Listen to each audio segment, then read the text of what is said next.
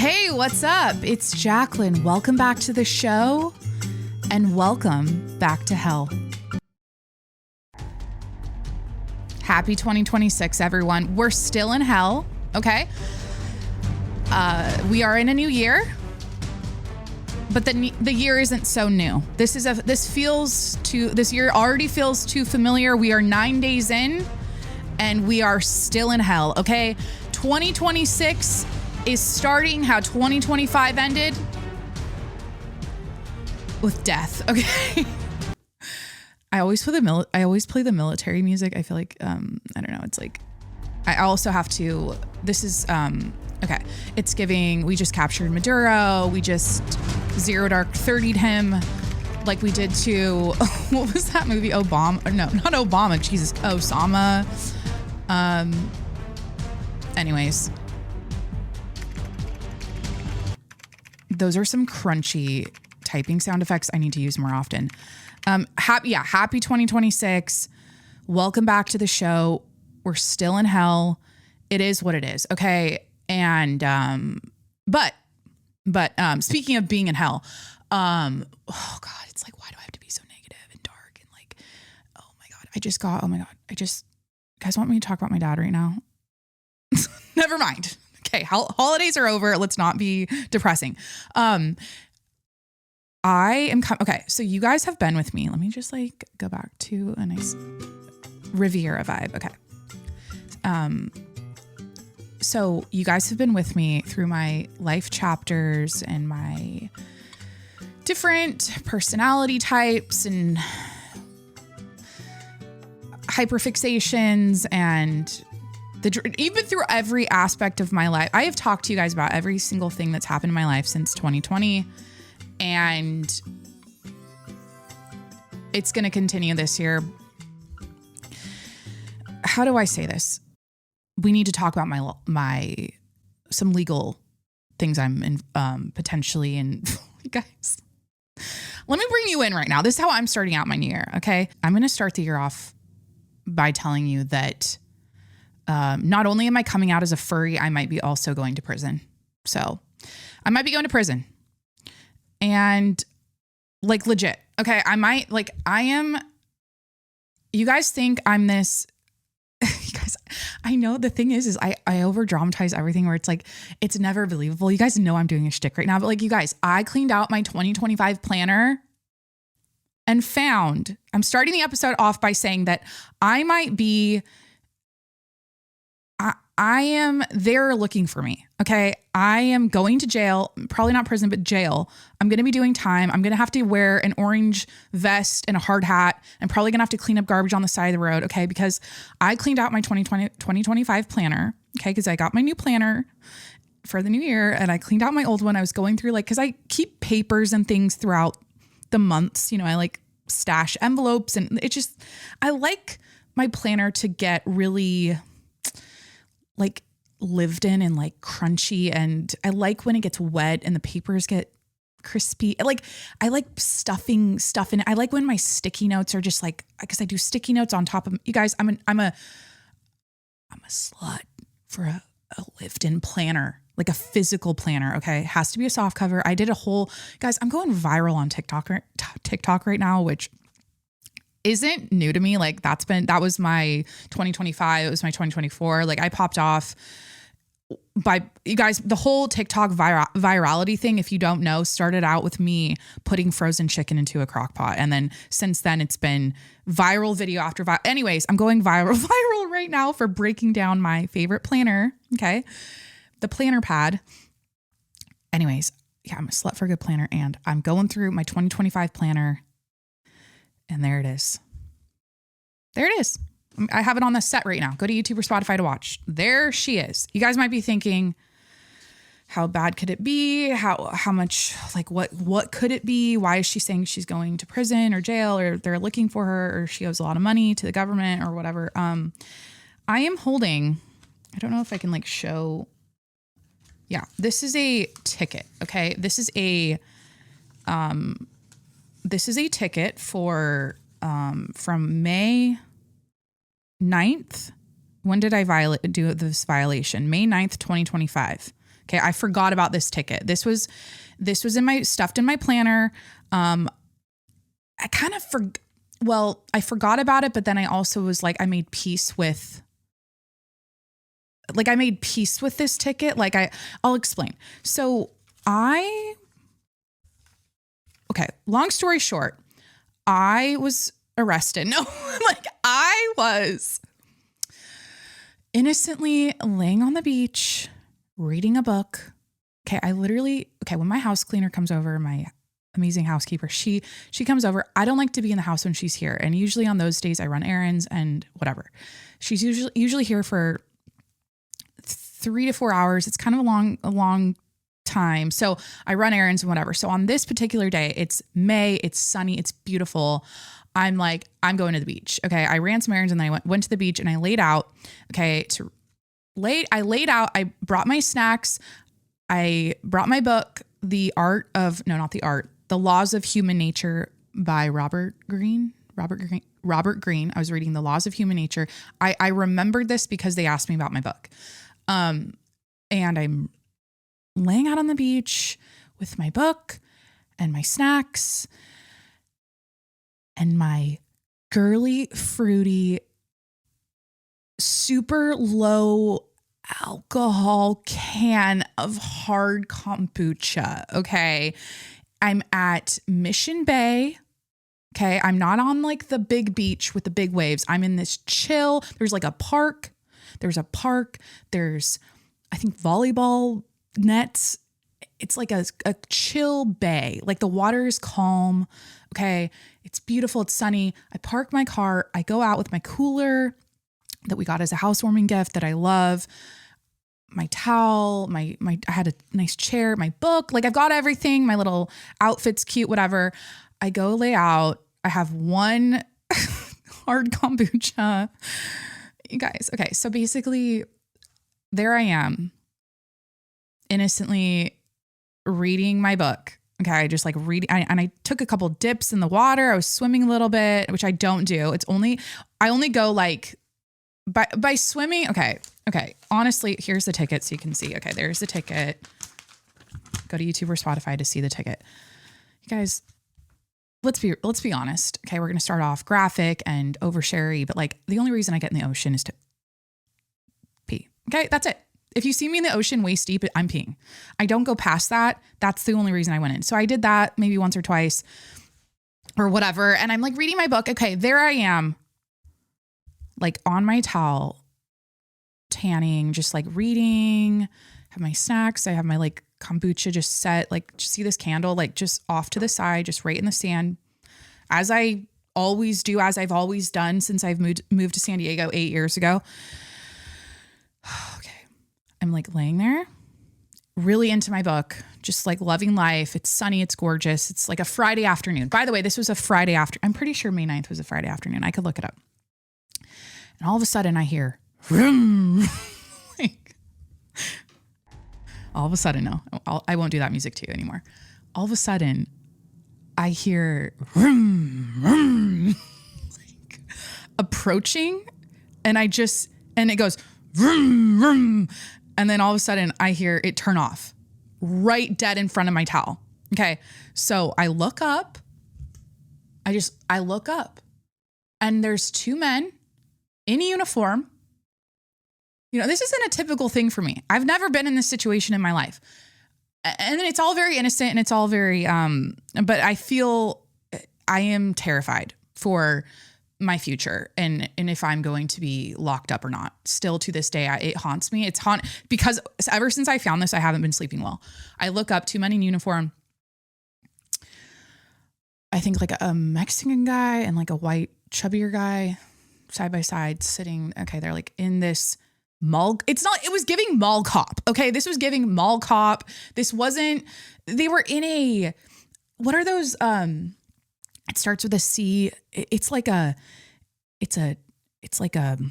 called like cannon. It's like a gator, but it's not a gator.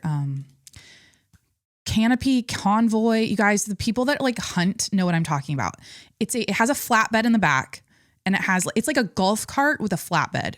if that makes sense. They pull up in that, vroom, vroom, and then it turns off. I look up, Mexican guy, white guy, chubby, like police officers. I'm like seeing guns on their hip. Okay. Like they're full uniform. It's fucking hot out and they're in that too, which is like, whatever. And I'm like, by the way, like fully just like enjoying life, like doing nothing, not hurting anyone. And they look at me and they go like really nice. Like they weren't assholes. They were just like, they go, is that alcohol? And I go, yeah. I'm like, and I'm like, how did they see this from, it's like they came and I'll explain like the setup at the beach that day and what was going on. Okay. Cause this isn't this. Okay. By the way. Okay. So we're doing a story time to start the episode. Hi, happy new year. We're doing a story time.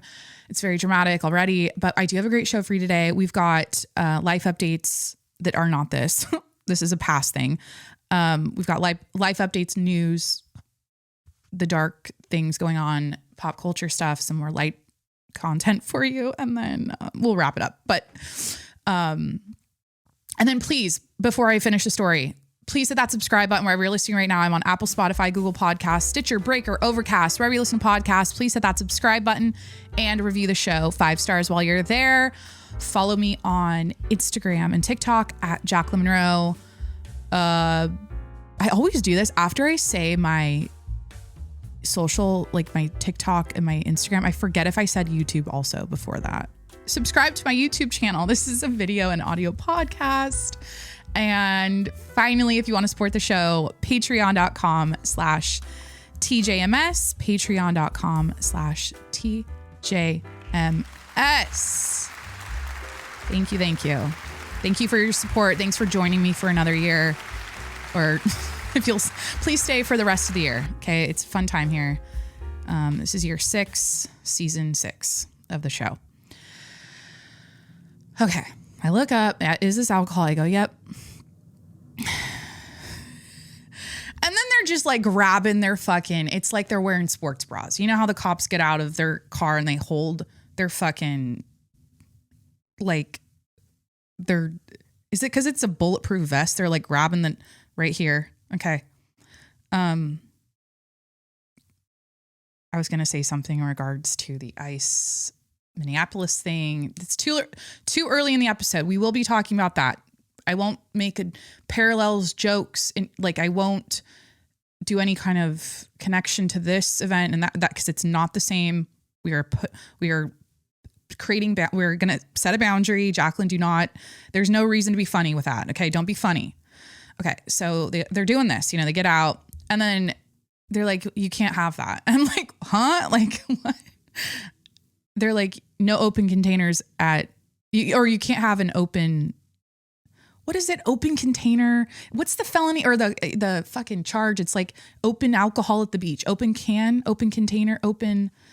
I'm basically, it's like, you can't have opened alcohol at the beach in California, San Diego. I don't know. I had no idea. Okay. Ever since I've moved here, now I'm just like airing out how unlawful I am. Okay. Like I'm so like, I mean, I have gone to beach party after beach party after beach party after drinking at the beach after drink. I mean, it's fucking San Diego. Okay. And it's like, this is like, I just thought this was okay and normal. And if you're being responsible and everything, like you bring your alcohol to the beach and you chill and you like sip a Corona and you sit back like the fucking country songs. Okay. Like that's San Diego. It's a chill place.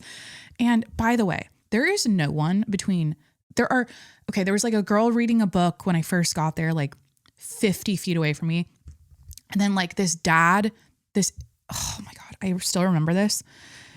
It was this guy and his son, and he was totally using his son for like content or something. I have no idea. He was basically talking to his little boy. He's probably like 3 years old, like a dog, getting him to do stuff for the camera. I swear they had like a ring light, not a ring light, but like a tripod setup they did. And he's having him do all these like things for the camera. That was like on the other side of me. And then guess what? Guess what was going on down the way? Okay. Like there's picnic tables. There's like a tent set up. There's fucking jet skis going everywhere over on this area or in this area. It's like, I'm seeing keg stands. Okay. I'm seeing like, there's coolers. debauchery. There's young men just being jackasses off to like, that's like maybe like a football field and a half away. Okay. So that's going on. Totally. Like they're totally turning up. Right. Totally turning. I'm aging. Like, what the fuck am I saying? You guys learned, you learned on the last episode that something I discovered about myself in 2025 is that I'm aging out of a lot of things, or I'm getting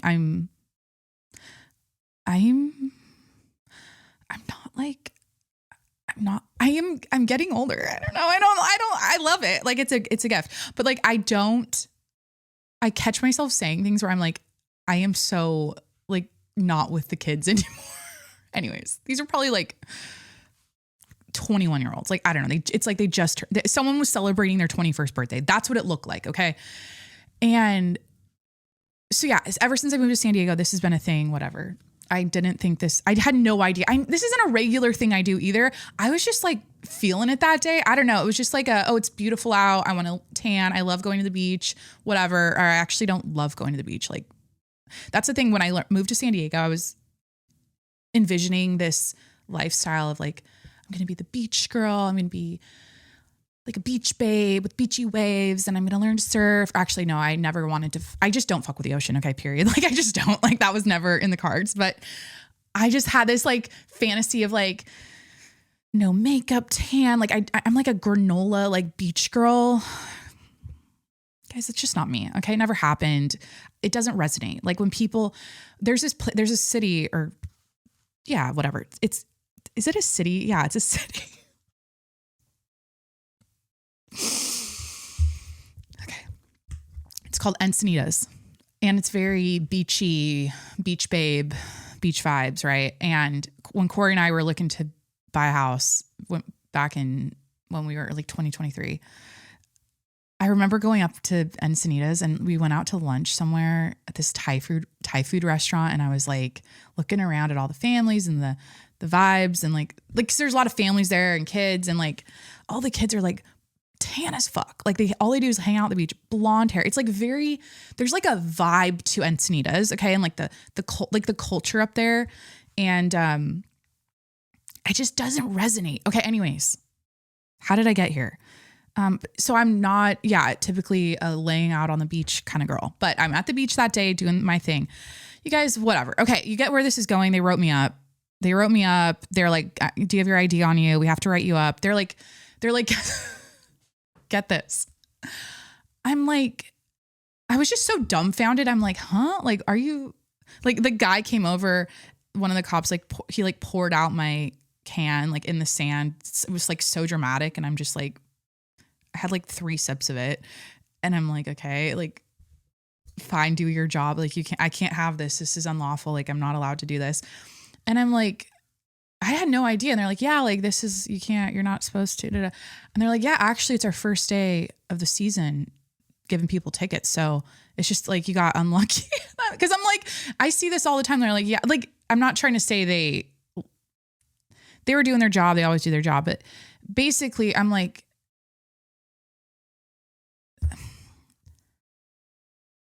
I don't want to like make them look, okay, why do I fucking care? I care because I'm trying to be, I don't want to be like tacky and like,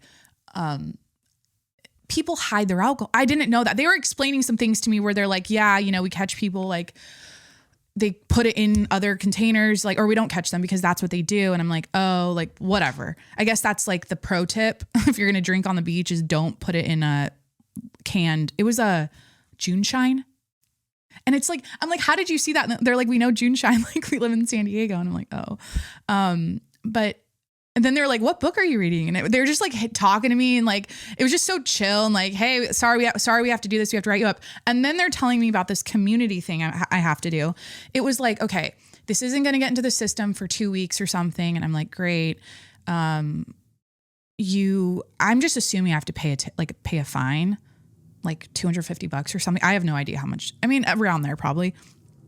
And then they're basically telling me like, to get out of this so that this doesn't stay on your record, you have to go do this community service thing. It was really confusing how they were explaining it to me. And then they're like, yeah, we do this. It's called community court. And like, what does my ticket even say? You guys, I spent so much time on the phone looking up the San Diego, what is it? SDcourt.gov website for my ticket number, all my names. Like, I've changed my name, not my last name. I'm like, I know the one they used on my ID. I see the one they wrote on my ticket. I'm like, I spent a long time, like hours waiting on the phone to try to talk to someone to see like, how do I take care of this? And it's like, it doesn't exist. Okay. So like end of the story. There's the end, Jacqueline. We don't need to keep talking about it. I feel like they didn't input it right. I don't want to make these cops look like they weren't doing their job correctly, but I feel like there was some sort of hiccup in their inputting of my ticket, because it doesn't, I don't think it exists. I think they wrote this and they were like, I don't know, because that's against the law. Isn't it like illegal can't they will they go to prison now if they didn't, right? If they wrote it up and didn't actually put in this, I am so terrified of, like, you guys, respect. Oh my God, I just spit. Like, I actually just, moral of the story. And this kind of is a segue into other topics we'll discuss today happening in the world. Respect authority. Okay. Respect authority. Like, we don't make the rules. We're supposed to follow them, like, just have some, you know what I mean? Like, it's just for the better. But man, that feeling of when they pulled up and I realized what was happening after, they're like, is that alcohol? I'm like, oh shit. Like, I'm going to jail. Is that feeling of like when you're in elementary school and the teacher is mad at you and then you feel that lump in or it's not a lump, it's like a pit in your stomach, like the whole day. And every time they come around, you like flinch because they're mad at you for something, like a little thing you did, like just talking or whatever in class. So yeah, I started out my 2026 with a panic attack. I found a ticket. And it was like, so here's the thing. It was like, if you don't pay it by this date, like, we're going to come looking for you. And I'm like, what the fuck? Or it's like, what's the date on here? The 15th of August or something. I don't know. You guys say a prayer, This might be the last time you see me. Okay. I might be the popo. They might be on my ass and looking, because anyways, yeah. So, coming out as a furry, that was, also how I started this episode. You guys, how are you doing? We need to readjust. I've got a heating pad on. I have a heating pad on today. Okay. Because we are in the dead of winter and I'm a heating pad girl. Where are my heating pad girls? And I'm also like, this is how you know you're a maximalist. Okay. I only put the heating pad on full clicks. Like when you take that remote on the heating pad, when you turn it on and you've got your settings, it's like low, medium, high. Like I'm clicking that thing up 100% of the time, all the way to level 6. That's as many levels as it goes. I've never used a heating pad on low. I don't know. Like, what is the point? So yeah, I've got my heating pad on. Guys, let me do the makeup. We're doing this new lip gloss and I've almost in like 2 months used the entire thing up. It's the L'Oreal. I'm going to set the scene. We're going to do a little like, hey, we just told a story. We're going to get into the life updates after this. Now we're doing a little like setting of the scene. It's 11:25 a.m. It's Friday, January 9th. My half birthday was 2 days ago. And we're using this L'Oreal Plump Ambition. Oh my God. The new word for beauty products that I picked up on last year is hyaluron. Everything is hyaluron, not hyaluronic, hyaluron. I have this hyaluron. I think wait, is my shampoo L'Oreal? Yeah, I think my shampoo is hyaluron. It's like it's the purple bottle. It's hyaluron. I don't know. Everything was with shampoo. It was yeah. Everything's. Am I getting that right? Hyaluron. Oh my God, you guys, this is. I'm sorry. But anyways, this lip gloss is a plumping lip gloss that adjusts to your or it changes color based on your pH or whatever. It's one of those lip glosses that goes on clear and then it turns color. So, and speaking of color, no, we are not in the 9/11 rabbit hole anymore in 2026 or the orca whale one. Okay. Cause I said, you guys know that last year, the end of last year was all about 9/11. Couldn't stop researching it. Couldn't stop thinking about it, watching videos on it. Like I was down the rabbit hole of 9/11 Q4 of last year. We're starting Q1 by revisiting my color analysis hyperfixation. Okay. I think I am a cool winter. I decided I'm a cool winter, but I also might be a cool summer. And if you don't know what that means, I won't bore you with any more information. Okay. We're not going to get into it. Okay. I woke up today. This is how you know it's bad. I woke up at 4:19 a.m. today. 4:19 a.m. I had spin class at 6. Woke up at 4:19 a.m.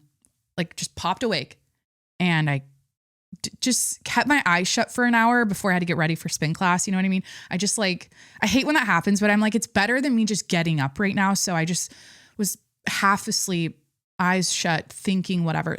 I woke up at 4:19 a.m. this morning with the thought that, wait a minute, because there's color analysis people you can hire and you can go and get your colors done.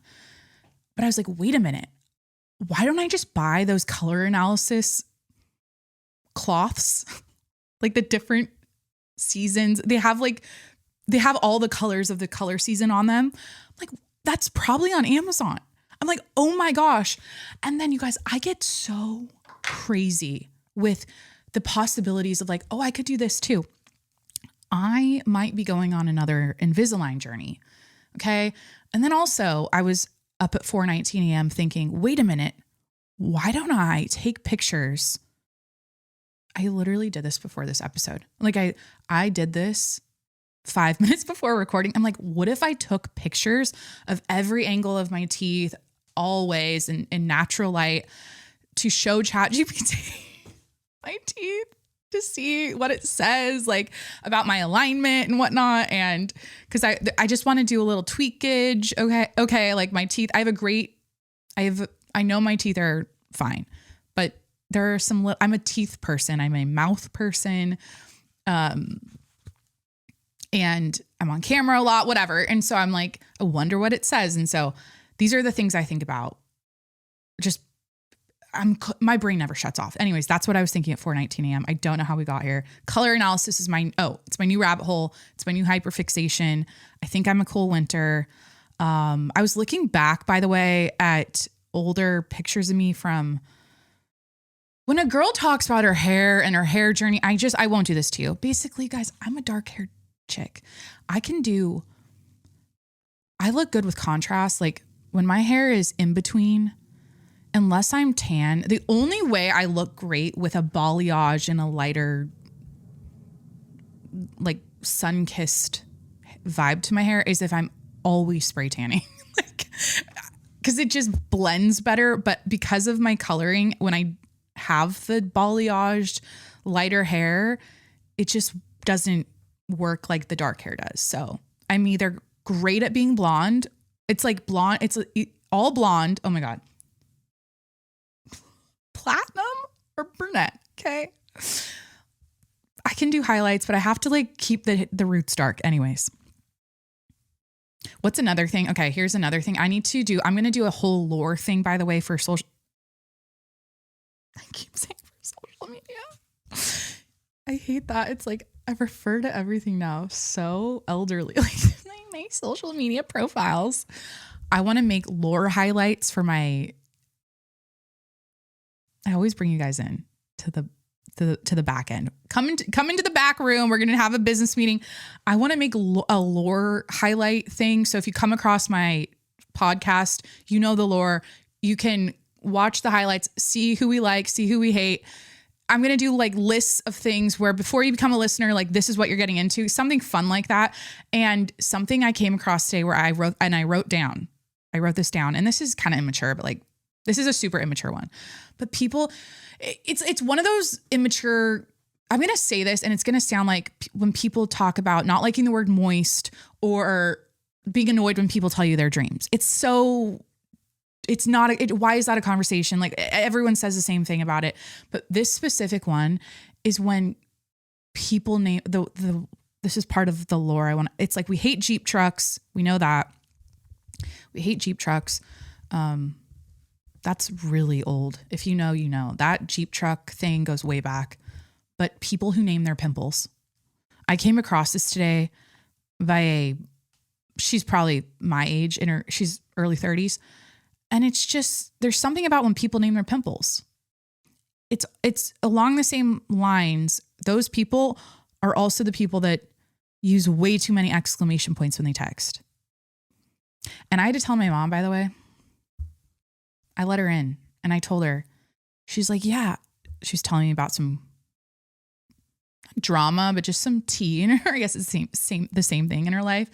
And she alluded to this person she was conversing with uses a lot of paragraphs when they text, like very long, drawn out paragraphs when they text.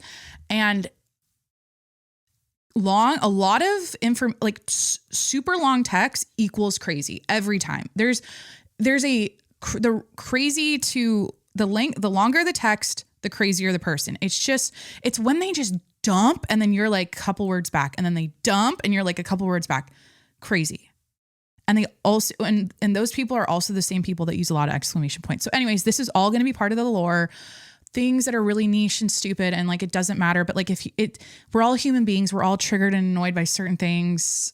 And if you're irked and annoyed and triggered by the same things I am, then this is a great place for you to be. Okay. And people that name their pimples, it's like when things were cute and funny, early social media, like on early on social media, like things were, you get a pass. And then if you're still doing that same shtick, it's when you've been doing it your whole 20s and now you're in your 30s, you're still acting like you did when you were 22. Nothing wrong with who fucking cares is also the end of the sentence. We should just end it there. Who cares? But I don't know. It's just a specific thing that I caught today. And I was like, oh, people that name their pimples. Something about it. Like, oh, we're going to name him Jerry. I just woke up with a pimple and his name's Jerry. You know what I forget though? So this is, you guys, welcome to my brain. Okay, whatever. We haven't even gotten to the New York trip, the news, the life updates. Yeah, we'll get to it. But when I think about it though, some people's audience is younger. So some like women my age, they have a younger audience. And so they can kind of talk cute like that. I follow that. Like I follow her, the person that I'm referring to. And it's like, she kind of talks to like, I feel like younger girls. So maybe it's kind of like baby talking, like 22-year-old to 22-year-olds though. It's like, there's a lot of that where I'm just like, it doesn't resonate. And that's the thing with social media. If it doesn't resonate, just unfollow it. You don't have to watch it, whatever. Okay, we did this scene. I'm setting my face with the Wet n Wild 5-in-1 Essence Primer Finish Powder. We're drinking a black coffee and water. It's giving January. It's giving January. It's giving, is she on a health kick? Is she on a grind? You guys, now that you've found out that I'm a massive drunk, okay, just a fucking pirate on the beach, just getting involved with the law over my consumption of alcohol. I should let you know that I've been off the bottle now for 9 days. Okay, we're doing dry Jan. We're 9 days in, and it's fine. It's fine.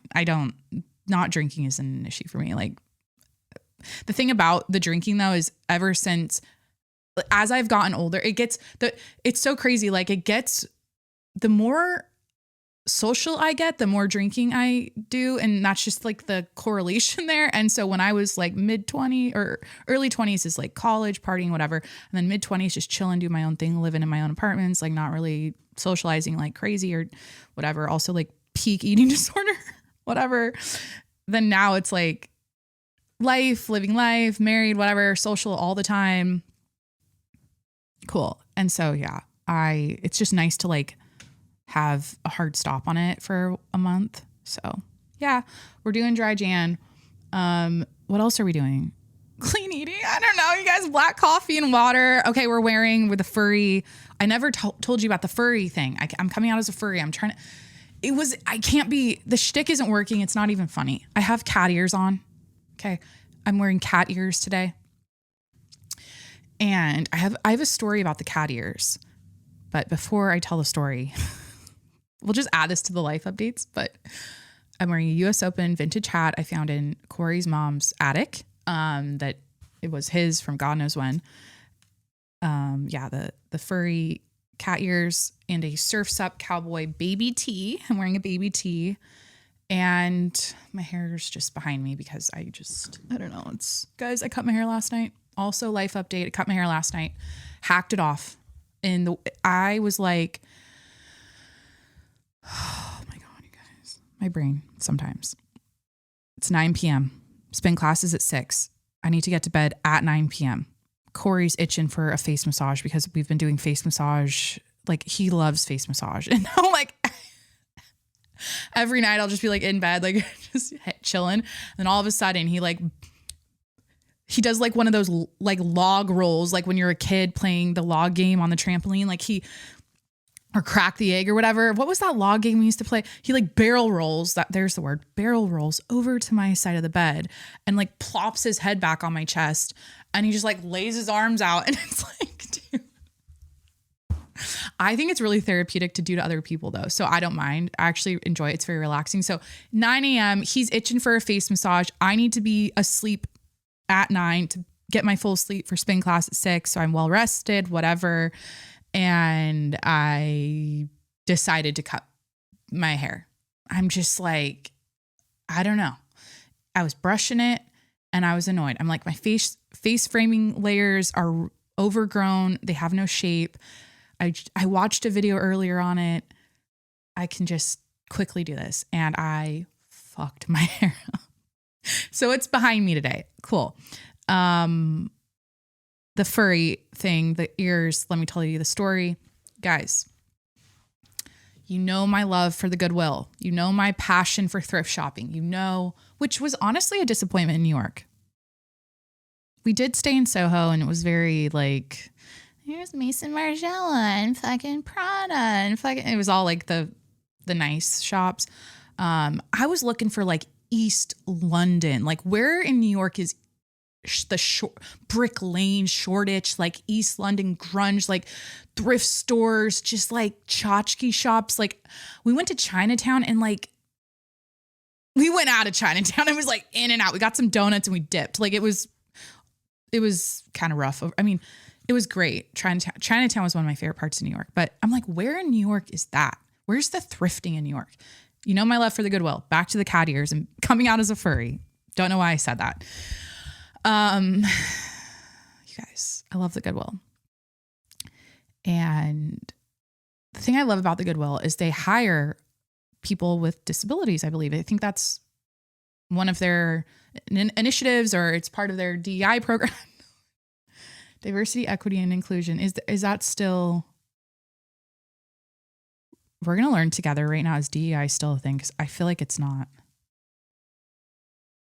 Yes, DEI is still a significant concept, but its implementation is evolving and facing challenges due to legal scrutiny, political pressure. I've told you guys the story about when I worked at my previous corporate job that I was let go of tragically in May of 2024. Best thing of my life ever is not working there anymore. But they would have these quarterly DEI meetings, like Zoom meetings. And I think I went to one of them. I was supposed to, and I think the only reason I went was because my boss was on the Zoom. Like I saw that she accepted the invite and I was like, okay, I have to go. And like, we would go into these little side rooms and we'd have to talk. Like they would do like little, you get a prompt and you had to talk to other people about whatever. And I would just like, I think the girl I was in the group with kind of like agreed with me. She's like, this is fucking bullshit. And we just sat there and didn't talk about anything. Cause I think it's fucking stupid. So, yeah. Anyways, I love the Goodwill. They hire people with disabilities and I see the same people all the time because I'm there 3 times a week. I love the Goodwill. Like I go to the Goodwill to meander and just to like look and to browse and to, I love it so much. Like I wish it's just me. It's so me. I love it. I might go there today. I might go there after this. That's how much I love the Goodwill. But I always see the same people. And there's this really sweet girl who I'm a try on clothes in the dressing room type of chick because they don't do returns there. And like, even though it's cheap, I'm like, I'll just take 2 seconds and try something on. Like if I really want to know if it's, cause I don't like to take things into my house. I don't like to take things into my house unless I'm going to keep it. You know, I don't want to waste money and just be stupid like that. And it's wasteful and it's unnecessary. So I try things on. And this particular employee that I see all the time, she's very direct and articulate and she's very smart. But I don't know what it's one of those things where like some people are disabled, but it's not full. It's not, you know what I mean? Like they're not, it doesn't, there's like levels. How do I talk about this? You know what I mean? I mean, we can say the word retarded now. So like, she's not like that retarded. You guys know what I'm talking about.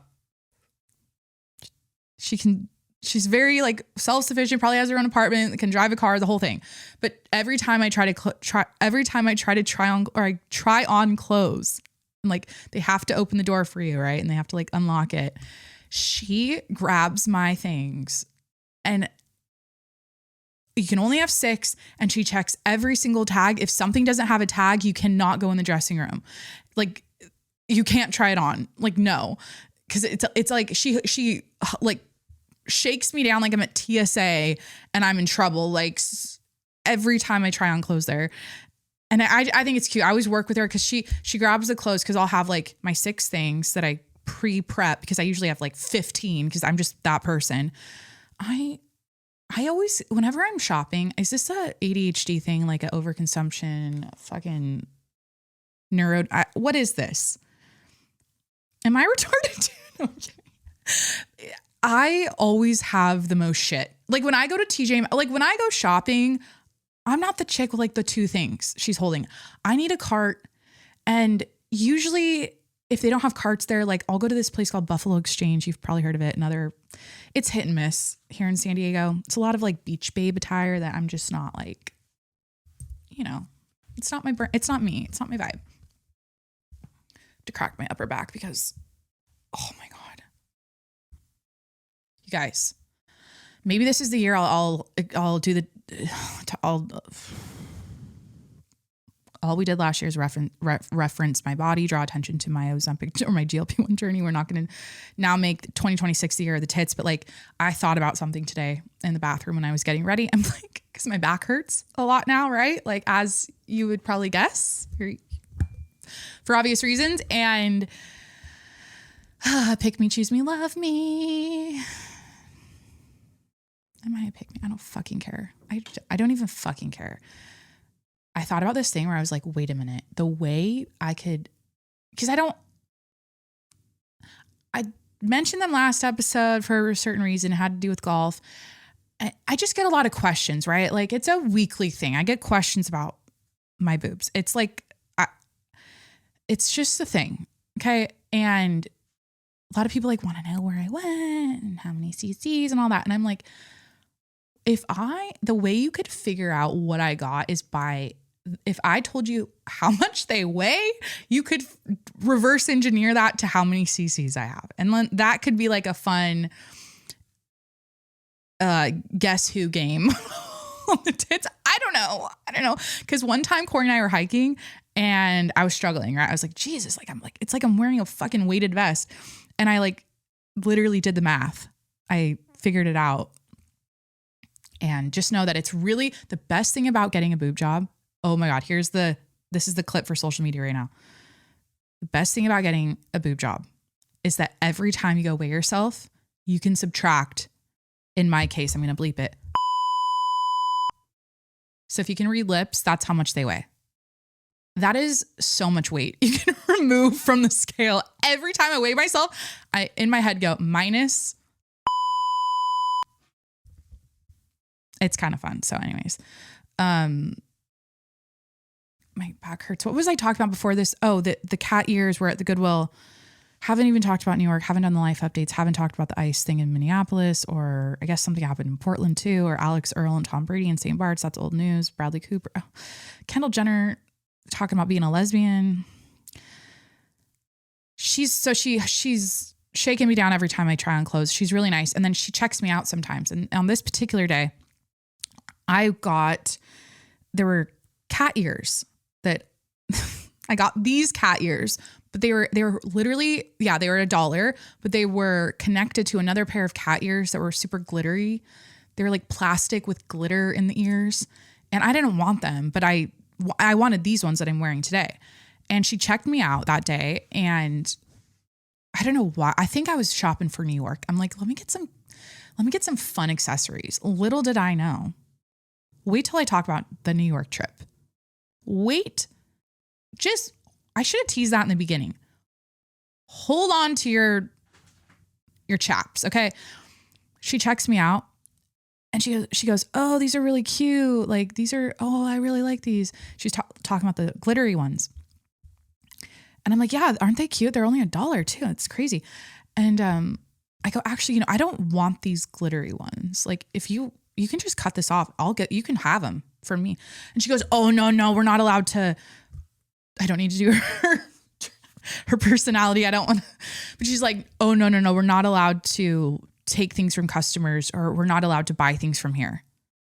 And I go, I'm just like, just like put it in the drawer. Like, just take it later on your break. Like, I'm like, you could have, I'm trying to do one of those, like, fucking, that's such a dumb rule. They're 50 cents. Okay. If you split it in half. So it was really cute. And these ears remind me of her now. And yeah, I had to take, or I hope she got them, because I told her, hey, because she was cutting the tag off. And when she cut the tag off, they split apart because this is so specific. They were like or tied together with the tag. So I told her, like, or she goes, oh no, I go, I don't want those too. So she ended up with them to re-tag, to put them out somewhere. I hope somehow she got them. Anyways, so that's what I'm wearing today. We set the scene. Corey has the dogs. He's at the office. It's 11:50 a.m. Let's talk about New York. Life update section. We finally got to it. Do we like the background music? Jesus. Life updates. Let me just drink some water.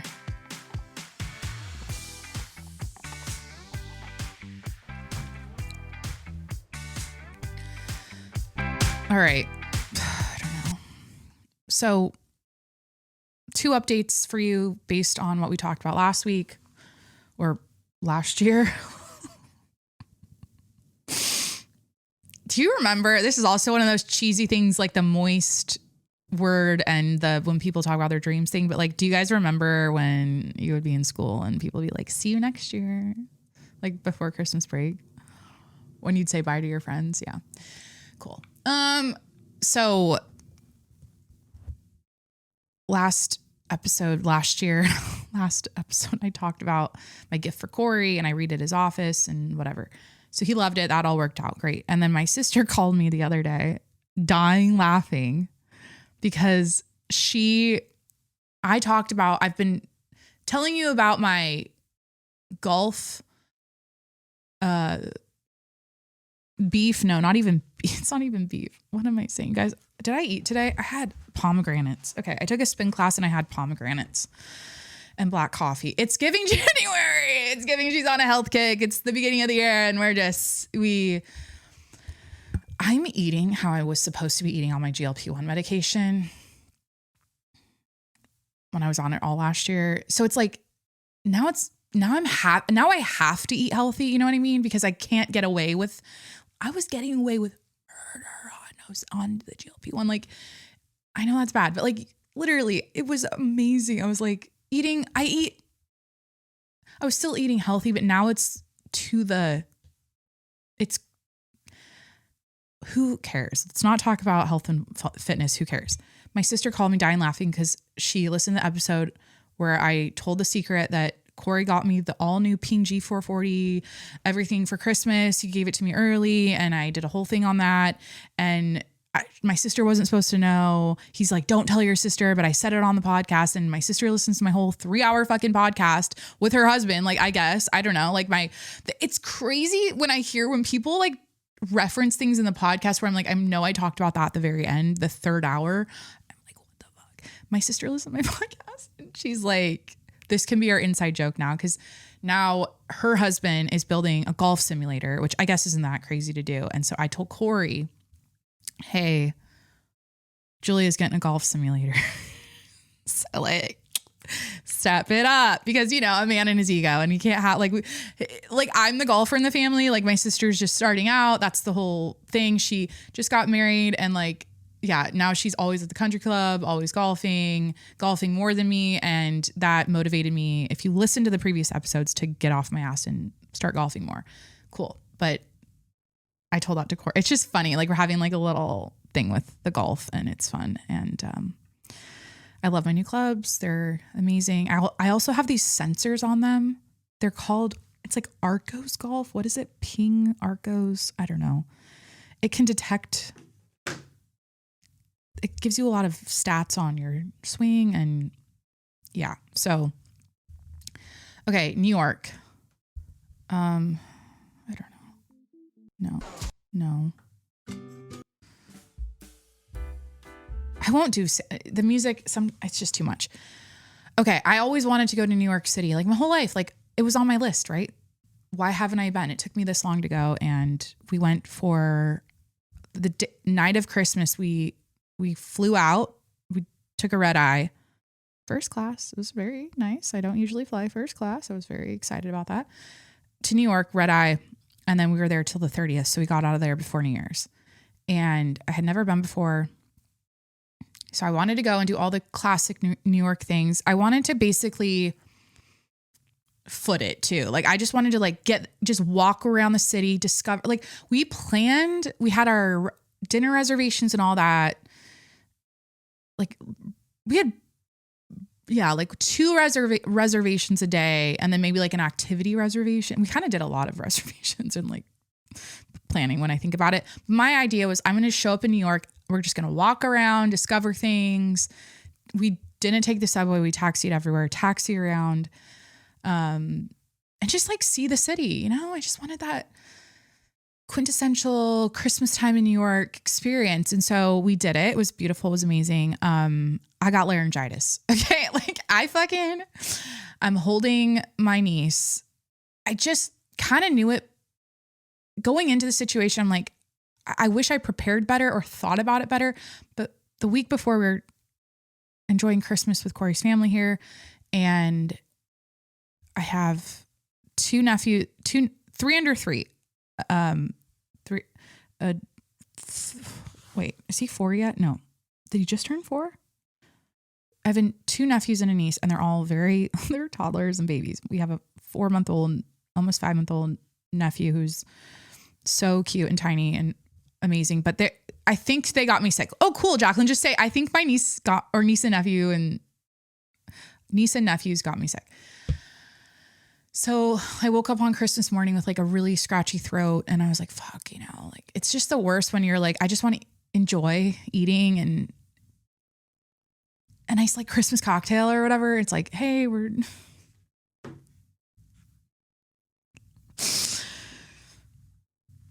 I need to go to AA is what you guys, I don't know why I'm making this so extreme. The drinking on the beach story really set this off. But you know what I mean? That like, it like ruins it a little bit. You're like, fuck. So that's how the trip was. It was just like me sick. It got worse on the last day. Thank God it didn't, it progressively got worse. But I'm trying to think of, okay, so we do the red eye, we show up in New York, and what it did for me, the trip really closed a loop in my brain that, so now when I see the movies and TV shows, like we're watching Selling Manhattan with the Serhant, Ryan, right? Serhant, the Serhant. We're watching that show now, and I can like I see all the neighborhoods, and I know where everything is now, and I get it now. Like I get when people like love New York. I get it. It closed the loop in my brain, and it also made me realize my number one takeaway from going to New York for the first time was that New York is Europe in America. Like, what? Like, why didn't I ever think that before? Because I'm I love Europe type of person. Like, I love the architecture and the history and the vibes, right? Like, I love the public transportation there. After going to London for a little bit, I remembered thinking like, this is a city I could see myself living in someday, like living in.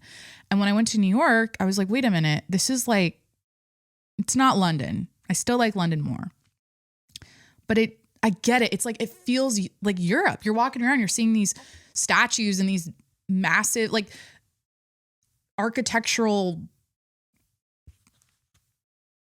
it's like I'm in, it's like the buildings, you know what I mean? What am I saying? It's like most states, this is what it is. Most states have the state capitol and they have the dome. And this is like the old, cool, architecturally like unique building in the state. It's the Capitol, right? It's like every state has that, and then that's it. New York, it's everywhere, right?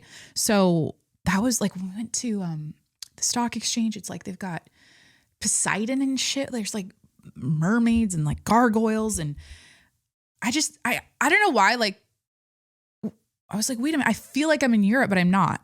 So that was like my oh shit moment where I'm like, I should have been here. Like I always thought maybe I'll do like a New York stint in my 20s. I never did, but I could see, I wouldn't do it now, but it would have been a perfect place for me early 20s.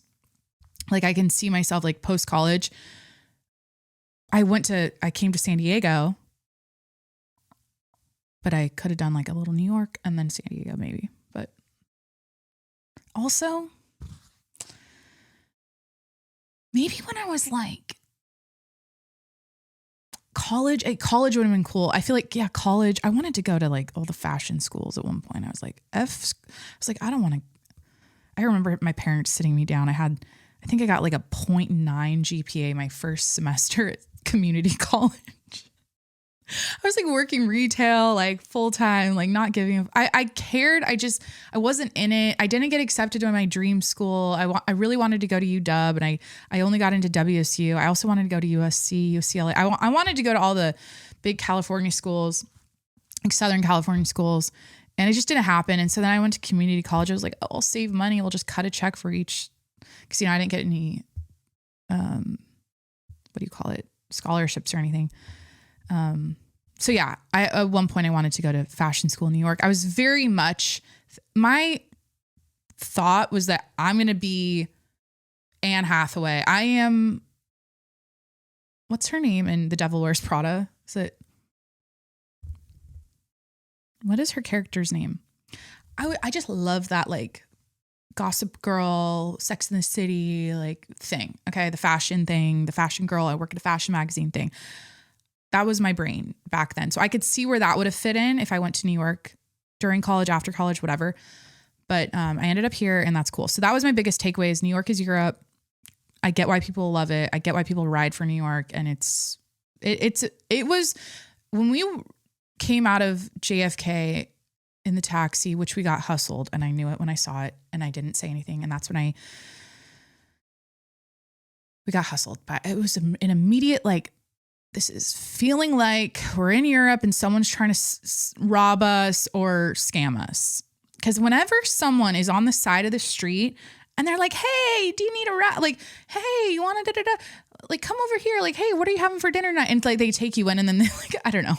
That's pretty innocent. Like we were in Little Italy and they were doing that. And that was just totally, that was fine because it worked on us. We're like, oh shit, this is a nice place. We'll go in because they were inviting us into their restaurant. In this case, we're coming out of JFK early in the morning. We just took a red eye. It was like 6:30 a.m. And this cute little lady is like, don't need to racially disclose. It doesn't fucking matter, Jacqueline. Like, I hear other people on podcasts get real specific about race all the time. And I like those podcasters are mostly comedians. And I'm like, they just nonchalantly discuss race. And it's not like, I always just feel a certain type of way where I'm like, I'm trying to paint a picture. And it's hard to paint a picture when I don't disclose. She was a cute little Mexican lady. Okay. Cute, like very cute and sweet, really sweet voice. She goes, hey, like, you guys looking for a ride? And something about it felt off because like there's taxis everywhere. She was a private driver, I think, or something like that. And so we're like, oh shit. Yeah. Like, you know, and it ended up being into the city. I guess it's like a flat fee of $87 for a taxi or something in New York from the airport to your hotel, or from the hotel we were at, it was $87. Tell me why. Her fucking, we drive in and she's like showing us the meter thing or whatever she has, or it was just like an iPhone with like a stripe that you like swipe your card or tap it. It was like $387. And we're just like, huh? Like, huh? So we got scammed. But when we drove in on that ride, that's when I really took in the city for the first time. I go, holy fuck. Like, this is a big place and it sprawls. And I knew that, but like seeing it in person was like, okay, I get it. Again, it closed the loop in my brain. So we get to the hotel. We stayed at 11 Howard in Soho. And I was like, oh yeah, this is totally Soho. Like, I've seen this before. Like, I get it. The whole trip was just loops closing in my brain. Like, anytime I went to a famous pizza place or a monument, or what do you call it? A tourist attraction. Like Central Park, Times Square, like the loop closed. So that was really nice. Like, I felt, I don't know, just like confirmed what I already knew. Like, why is this so like clinical? Like, I'm like, it closed the loop in my brain. So basically a snowstorm was coming. And I looked at my weather app for New York before the trip. And I was like, okay, a snowstorm's coming, but like, I don't know I looked at my weather app. I was looking at my snow boots and my gear, and I'm like, I want to be fashionable. All I need is like, whatever. Thank God I brought gloves. We get to the hotel and it's like early in the morning. I got 3 hours of sleep on the plane. And oh shit, you know what? I got to tell you guys about the Chase Sapphire Reserve Lounge, or Chase Sapphire Lounge at San Diego Airport. Before we took the flight, we went to so it was Christmas night. We go to the airport. We're early because we're going to go to this new Chase Lounge. And it was giving nursing home. I have very specific, am I a lot? What am I?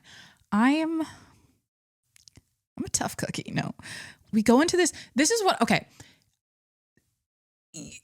You're at an airport and there's lounges for the different credit cards or whatever.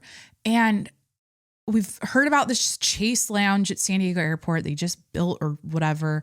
And everyone's like, it's so nice. Like, oh my God. And it's real sexy inside. And there's like great food and this awesome bar and like great seating. And it's like cool and vibey. And it's like you're at a lounge, but you're at the airport, right? It's like not the terminal seating. So this is the thing. When something is trying to be something it's not, like this, we're in an airport and then it smells. So it's like people, you go in, and first of all, the guy was such a dick. It's Christmas night. Okay. It's Christmas night. And we're like 30 minutes too early to come to the lounge because you can only come to the lounge a certain amount of time before your flight. And if you go past that time, if it's more time than that, you can't come to the lounge. And I get that for when it's busy. There's like 2 people there because it's Christmas night. Like no one was at the airport that night. So it was like, sorry, you can't come. You have to wait another 30 minutes. So we go to the Stone Brewery bar, which we should have stayed at. We should have stayed there because we were watching football. We're having I had a great steak sandwich and a beer, and it was just like great, you know, it's just like it hit. It's Christmas night. I'm like, yeah, it was a prime rib sandwich on Christmas night. Football's on. I think it was the Chiefs. Didn't they lose the Cowboys that night? Or no, that was a different game. I don't know. And we're chilling. And then it's like, we're waiting the 30 minutes. We're eating there before going to the Chase Lounge. Then we get into the Chase Lounge, and it's just people and luggage, and it stinks. And there's a fucking hot bar with little individual plates where you can like grab the salad, and then you grab they had this like Korean beef, and then here's like a grilled vegetable. I don't know. Everything was like individually plated, and you like get it at the hot bar, and like the salad was just all wilted. And all I do on this podcast is complain. Sorry. But the stench was it was just nursing homey, like very like heavy air. It was like too hot in there. The food stank. It just didn't. And then they had like their waters you could get. And it was like filtered, and it was like spa water. And then they had these special drinks in there. Everyone was drinking these like coconut water, fucking whatever. I don't know. And then I was so annoyed because I was sick, right? Like I'm sick. I'm just not, my throat was really, guys, the whole trip, it was rough. I ate and drank through it, but it was rough. I just kind of shut the thing off in my brain that was like, this sucks. And I just pretended it didn't exist, which is really hard when, if you've ever had laryngitis, you know what I mean? You would understand it. And I've never had it before. It's one of those things where your nose isn't, you have a lot of head pressure and your throat's super scratchy. Eventually you lose your voice, which I lost for 4 fucking days straight. Okay. After the trip, thank God. But eventually you can lose your voice completely. You're not like stuffy, like your nose isn't like gross. You're not coughing either. The case I had, I wasn't coughing. I think some people do. So it was just annoying. But anyways, we're like in these chairs in the Chase Lounge, and this family's behind us, and they're loud as shit. And oh my God, I'm so mean. I can't talk shit about a family. It's Christmas night. They're just enjoying their time at the airport. Oh, is Corey calling me? No, my Apple Watch is dying. It's so funny when things it's like we're so connected and hooked up to shit. It's just crazy. Okay. I don't think I'm going to ever give this up. I am an Apple Watch person, and I've always, it's been like 5 years. Sometimes I see it in pictures and I'm like, why did I choose to do that? But this family, they were just so frumpy. Nothing wrong with being frumpy. It was just ruining the vibes. I don't feel that well. They're loud as shit. They're just, and then they're sitting, there's like this fire pit thing because it's like, oh, we're a sexy lounge in the airport. Everything's, it's like trying to be something it's not. Like this isn't downtown. This isn't like people are dressed up. Everyone's in sweats. There's so much luggage everywhere. People are just, it's like it looked like a sea of like just homeless people shacking up for the night. Like that's the vibe in the Chase Lounge. And there's this fire pit thing with like this fire, and they're sitting around it. And like, it's one of those things where when they come over with the salmon, cause like they're ordering, these people are like all ordering like the, can go to the hot bar or you can order from a waitress. They're all eating like this salmon shit and the rice pilaf and the fucking whatever. And they're like this is how annoyed I was getting. It was, you have to eat, like there's no table. So you have to set your plate down and like eat low next to the fire. And it was just so annoying. Like that was pissing me. I was so, when I pay attention to something in my peripheral too much, and once I like see it, I can't unsee it. One of those things. And I just, Corey was pretty neutral about it. He wasn't like, holy shit, but he was like, oh, this is nice. You know, he's like, he is so low maintenance. Like I'm low maintenance. The thing is that, is this like when you have, I always say this, when things are too nice, you like search for problems in your life. And it's like, I don't know. So that's before we went to New York. We went to the Chase Lounge and I hated it. Okay. So damn, I wish I ate. I need a Lara bar or something. So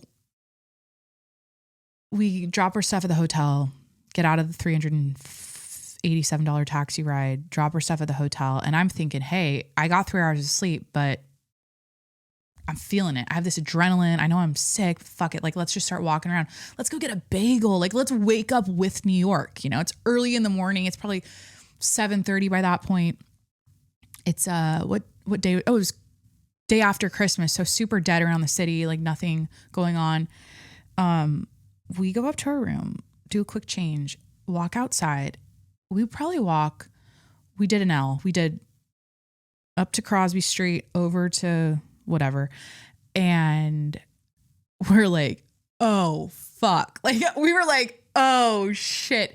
It was so cold. Corey's in jeans and like tennis shoes. We were wearing gloves. We had coats on, whatever. But it was like, we won't last another 5 minutes out here. I was physically like shaking. It was so cold, like bitter, bitter, bitter cold. The snow was coming the next day. Okay. It snowed, I believe, that night, which was a vibe. I will say the snow was fun in New York.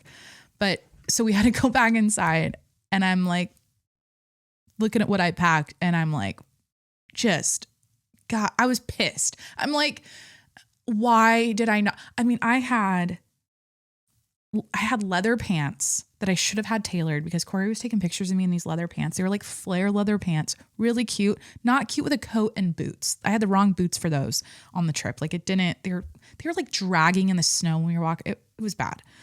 I had like leather pants, tights, workout leggings, a pair of like trousers. I don't know what I was thinking when I was packing. And Corey had like jeans. I'm like, okay, so you're going to wear my workout leggings. So he wore those under his jeans. We're like exchanging clothes to warm up, like to layer up. And we figured it out.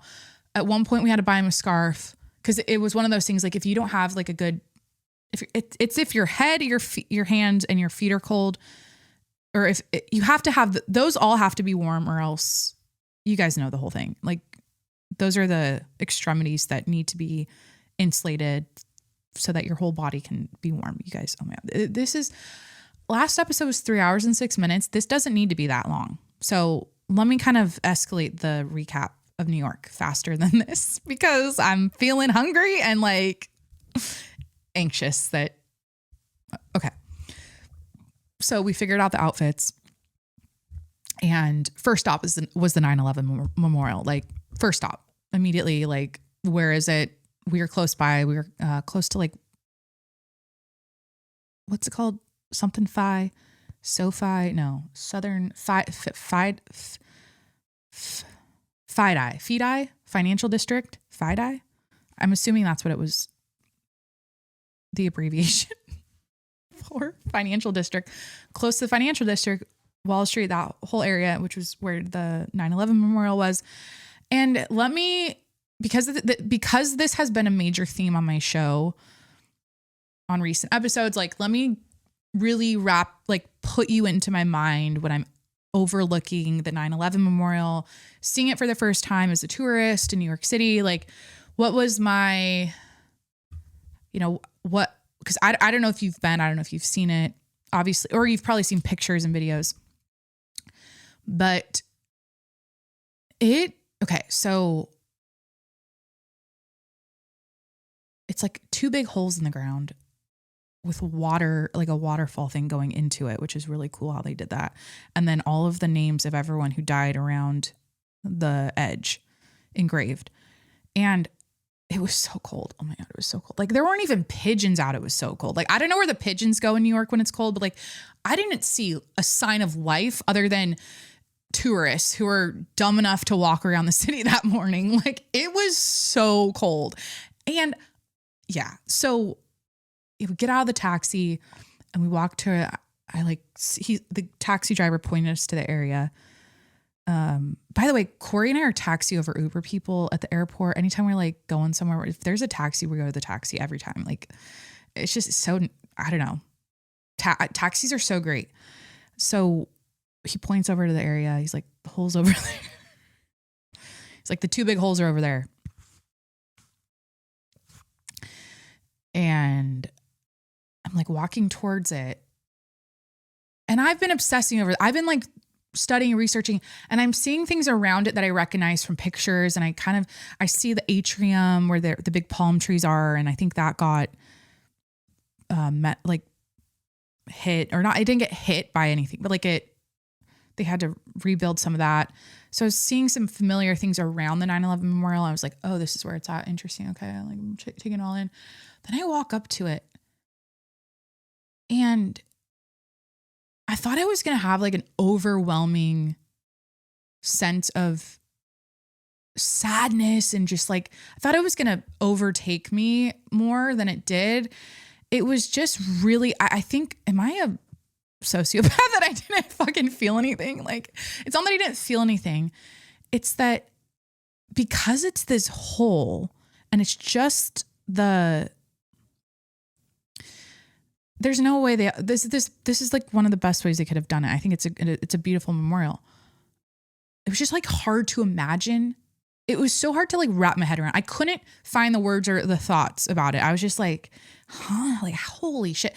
And it was so, this is the thing I was also imagining is I'm like, okay, the length of a plane, like what was it? Probably like a 737.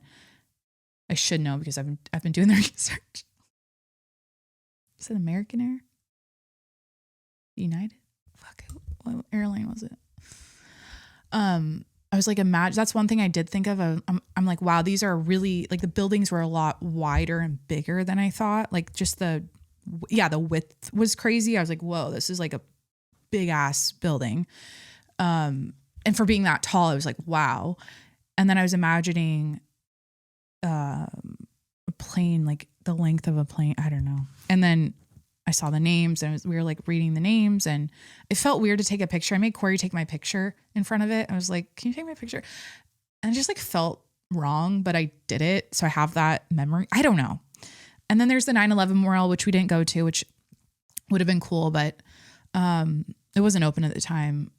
But yeah, I was just, and then we saw the New World Trade Center, which was like, wow, it's a huge building. I mean, the buildings are so impressive. I haven't been, you guys, just like, she doesn't get out much, you know, like you guys are listening to this and you're like, Jesus Christ, like fucking,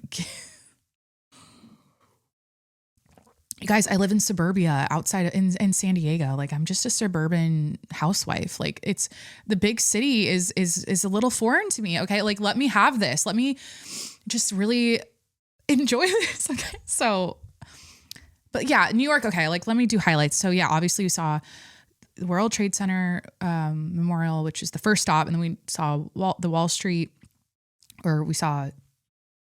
went to Wall Street, saw the stock exchange. I was like, wow, okay, this is stock exchange.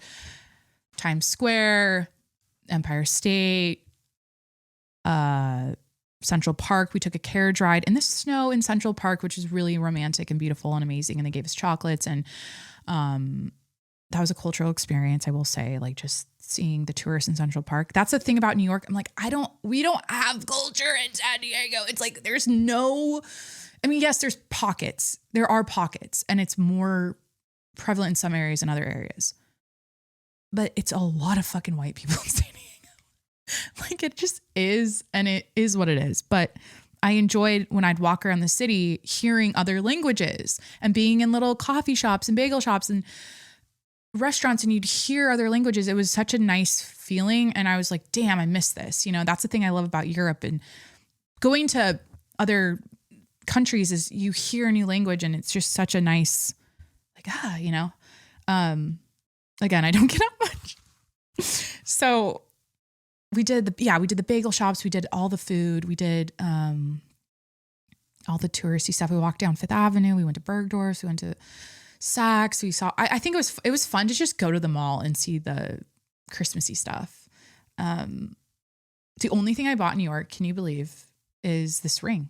That's it. I got a ring. I bought a ring in New York, and that's in my color season. I'm a silver girl. This last fall last fall was fat, horny, emotional fall. Fall. That was how I labeled my fall of 2025. And I was also tan. I was self-tanning every day. Now I'm leaning into being pale. We're in the dead of winter. And because I'm pale, I'm silver. So silver jewelry over gold. So that's the only thing I bought in New York. But yeah, it was a really fun trip. Let me kind of move this along. The food was, you know, obviously like it's so much city, so little time, right? Like we couldn't see and do it all. So I'm sure there's like unbelievable food in New York somewhere, but like we went to some of the most recommended, like these are the best restaurants, like the best food. And also I was sick. So maybe that's why I don't think it was I wasn't impressed by the bagels as much as I was expecting. Cause I wanted a specific thing in a bagel that I didn't get. And that was the interior, the texture was not what I was expecting. I was thinking like, maybe if I got it hot and fresh. The thing I loved was, or the food I loved, I love pizza. Okay. Oh my God, you guys, life update. I'm making pasta. I'm a pasta girl. That's my new thing. Pasta. Oh my God. I'm going to start making pizza. I'm like, I made homemade pasta last night. I loved it. I just love making stuff with my hands. Yeah, the food wasn't like, holy shit. The tour, because we did a lot of the touristy food stops, like what people tell you when you go to New York, you gotta have this thing, so it was all amazing. Like we went to Levain Bakery, had the big cookie. It was great. We went to Prince Street Pizza, which was amazing. Like what sit down places did we go to? We went to Siddell's, for a brunch, which was great. It was super busy, but a total vibe. Everyone's like bundled up. That morning it was snowing. So we walked in the snow, and I feel like I'm forgetting stuff. It's one of those things where like we did a million things, but one of the highlights was we went to the Natural History Museum and we got to see all the dinosaur bones and everything, and all the taxidermy of all the animals from all over the world. It was crazy. That was fun. Why do I feel like I'm missing like a major thing we did in New York? We didn't go to a show. Okay. So one of the highlights I will say is this, cause go Seahawks. Like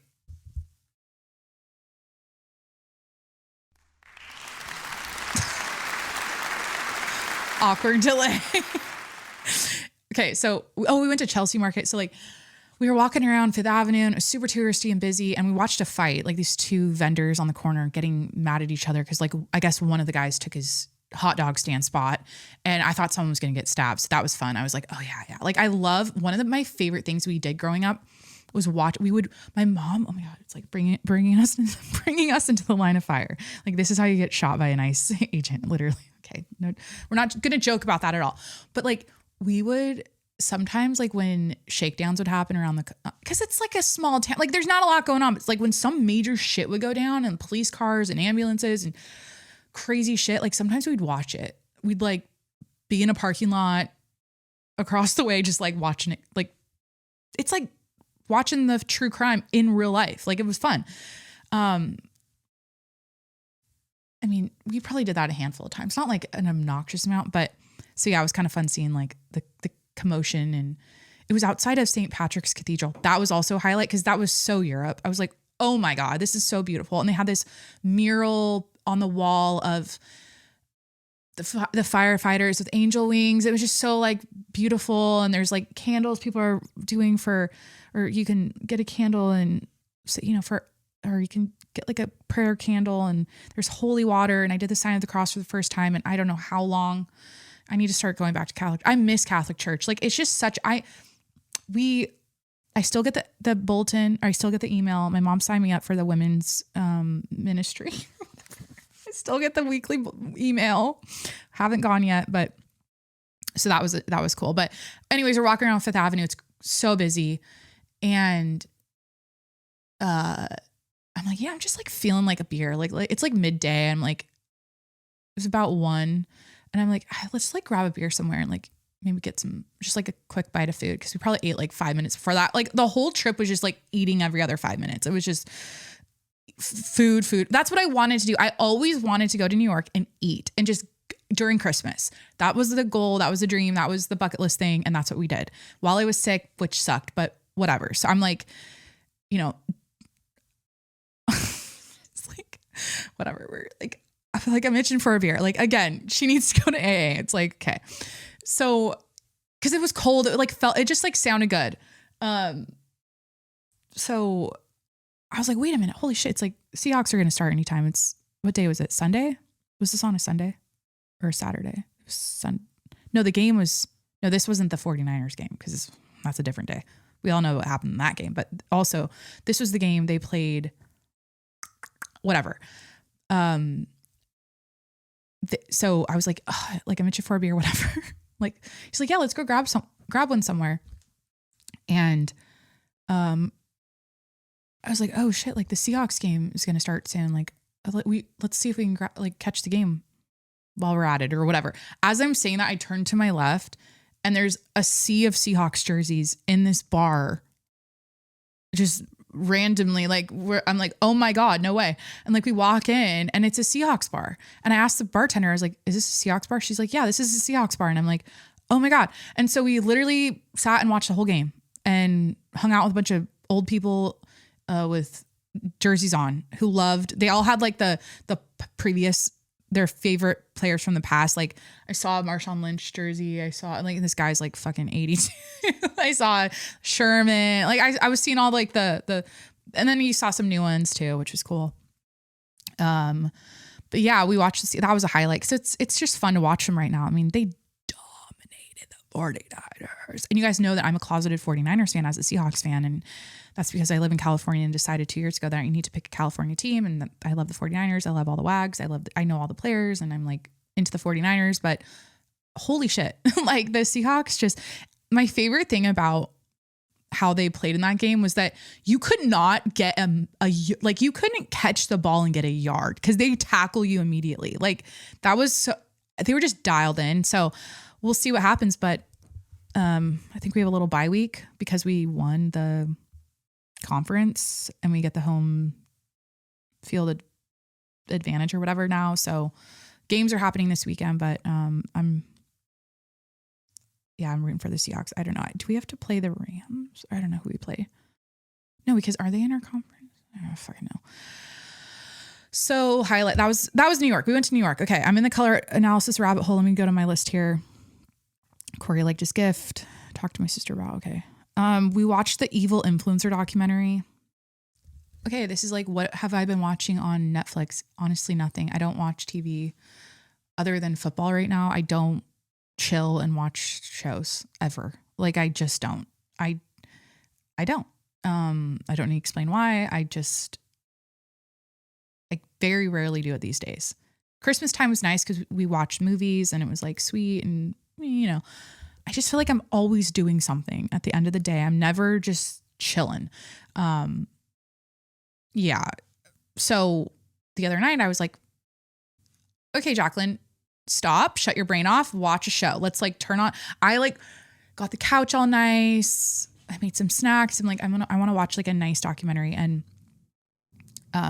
Evil Influencer, the Jodi Hildebrandt story and Ruby Franke story, they both canoodled or were doing it together.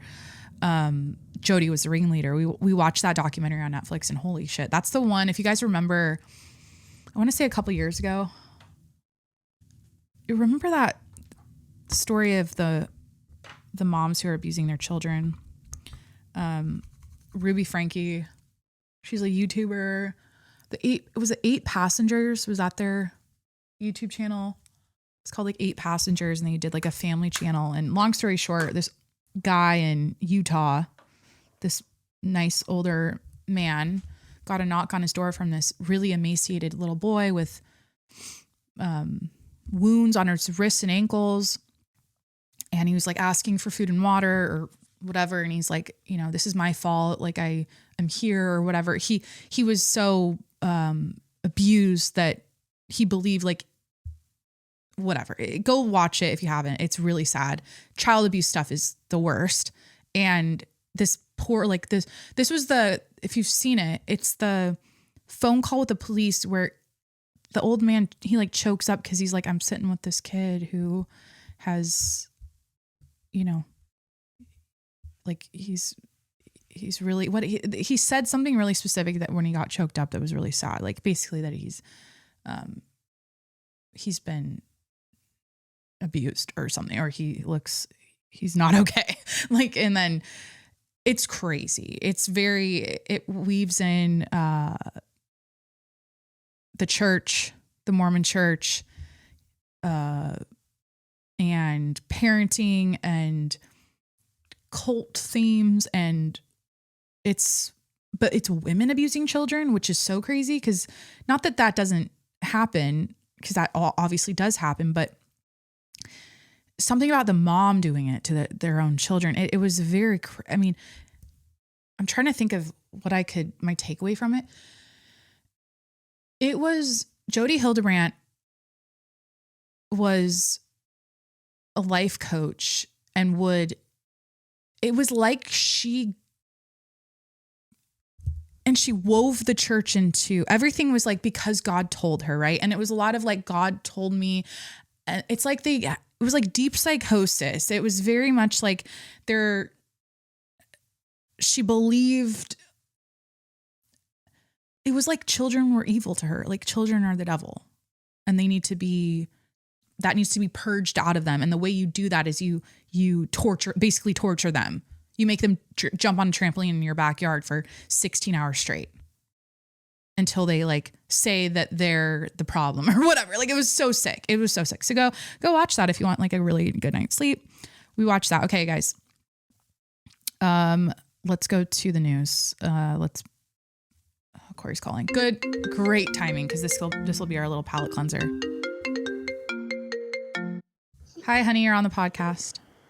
Oh, hello, everyone. How are you? Good. I'm about to talk about the news. So this is your call is perfect timing, because this will cleanse the palate. Oh, good. What were you about to share? We're going to talk about Earle and Tom Brady, Bradley Cooper, Kendall Jenner, the Minneapolis ICE fatal shooting, and the Canadian Olympic snowboarder turned drug lord / fugitive. That's a good one. That's a good one, yeah. Right? That is a good one. I would start with that. I feel like I just talked about New York. I basically did 2 episodes already, but I'm still going. So we have a lot to cover. Yeah, I saw your text of Jimmy in his bed.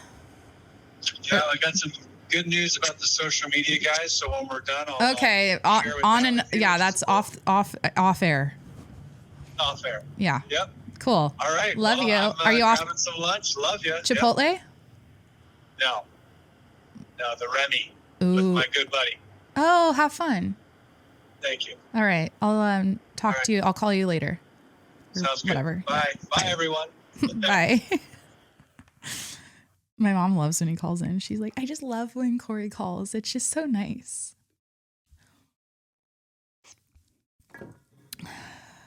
What do I start with? Okay, so Earle and Tom Brady and St. Barths getting cozy at the club or whatever on New Year's Eve. Like, as she should. Everyone said the same thing about it. Like, he's too old for her. This was just like, and I think it's come out now, like, nothing happened.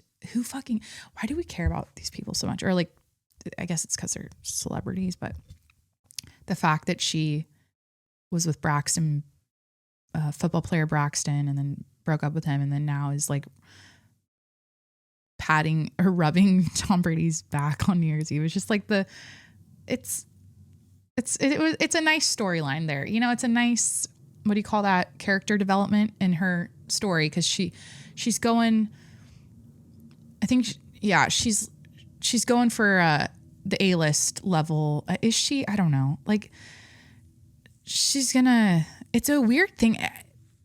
The people decide who's relevant and who's A-list. It's very interesting how things ebb and flow, but like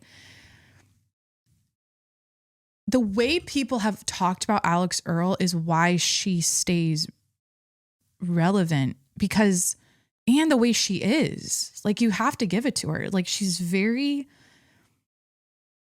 kind of can do no wrong. And I think it's because she's always been super brand friendly, super honest with her followers about everything. Really, she's just got a good thing going. And she's not like Brooks Nader. Okay. Everyone's like talking about Brooks Nader. I don't even know who this woman is, but all I know is that she's, whatever machine is behind her right now is trying to turn her into fucking Kim K, Paris Hilton. Like, they're trying to she's being like pushed right now.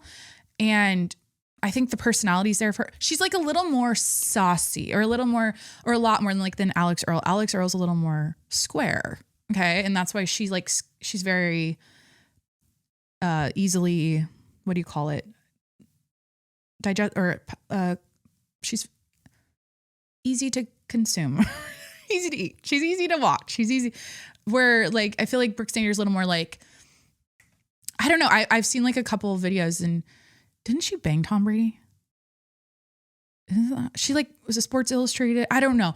I just know there's like this Nader sisters thing. They're all beautiful. They're all like models. And Brooks is like, she's just like getting paparazzi'd all the time now. And like, she's like an it girl kind of coming out that I've picked up on in the last couple months or so. What am I saying? How did I get from Alex Earle to Brooks Nader? I don't care. I don't really talk about these. I do talk about these things, but Tom Brady is too old for her. Okay, yeah, like this isn't even a thing. Who do I want Alex Earle to date? Like, who do I even think she should? I think she should, yeah, be single and have fun, and I think it's good to social climb and do what she's doing and rub the backs of the big A-list dudes in the industry. Rub all their backs, and decide which back you like rubbing them. I don't know. It's like when she's doing that, she's like, she like rubbed it in a circle, like a little too long. That was my only takeaway. I'm like, it's like, what were they talking about? Like, I don't know. God, we were talking about this last night over dinner. I made fresh homemade pasta, and I was like thinking about all the people I've ever canoodled with in my life. I was talking to Corey, like, isn't it wild to think about that? Like all those experiences you've had with just flirty experiences, just like stupid convos in the club, like just guys, and I don't know, well, in my case, guys, girls for him. And he was telling me some stories about his past, and it's just like so wild to look back on. I have so many stories, and I think it would be good for good content to talk about my past, like dating stuff and my past, you know what I mean? Cause I do have a lot of juicy stories. I just feel like it's not what I do here. So I feel like I talk about it on my TikTok more. I don't know. Who cares?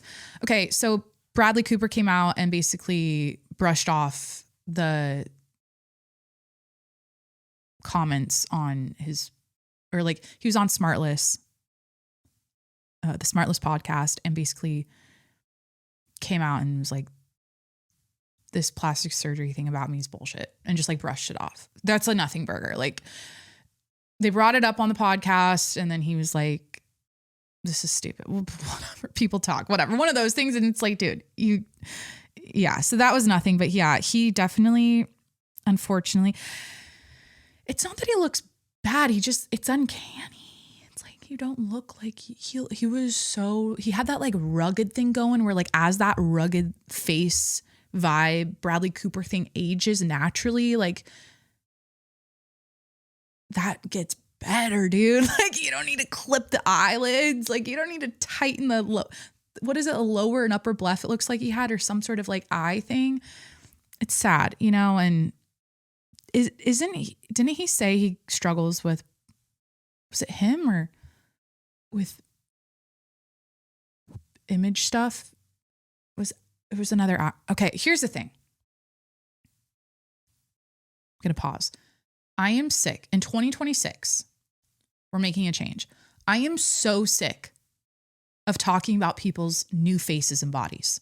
I'm so sick of talking about who got a facelift, who's on Ozempic, like who just got divorced? Because it's like, yeah, no fucking shit. She's Barbie now because she's on Ozempic and she was fat. It's like, she's like, I'm going to go, this body needs to be toyed with now because it's never, because like all these like fat bitches are getting skinny and they're like divorcing their husbands. And it's like,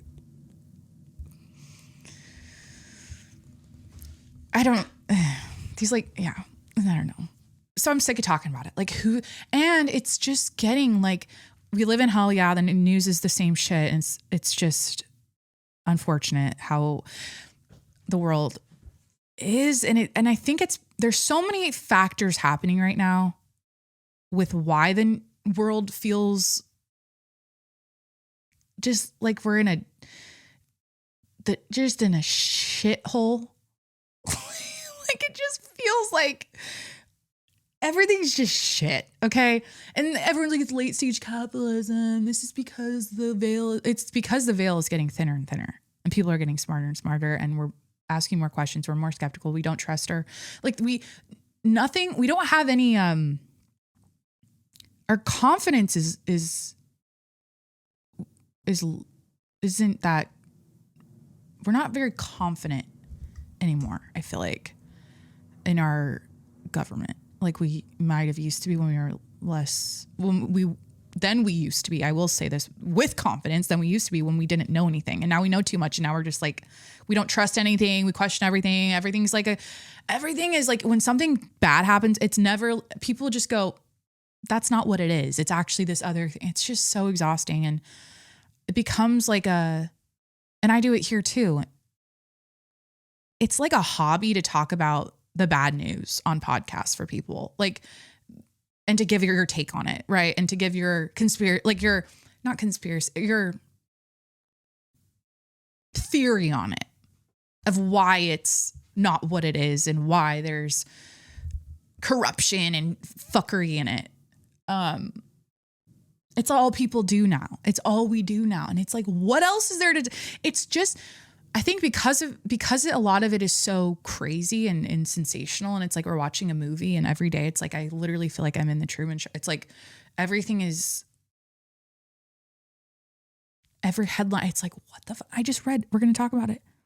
KFC employee allegedly stabbed in dispute with a customer over gravy. You know, just crazy shit. It's always something's always crazy, but I don't even know how I got here. Oh, I'm sick of talking about people's new faces and their bodies. You know what I mean? It's just like, that was so 2025. Facelifts were so 2025. Can we move on? And nothing is interesting. What gets you? Okay. The question I want you to ask yourself in 2026 is, what gets you off?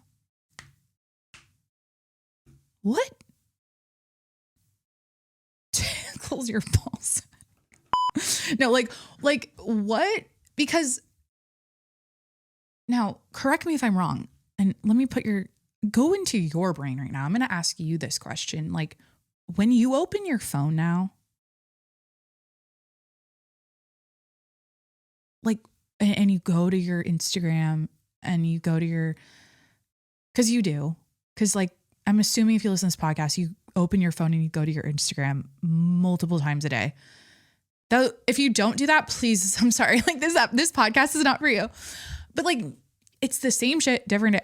This is a redundant, I've said this so many times, but I'm just saying nothing. And I see even myself, I'm like, what? I always put out this good image and I'm like, cute selfie, da da da. I'm like, I like doing it, whatever, but I feel like it's also very much going through the motions of like, this is what you do with social media and da da da.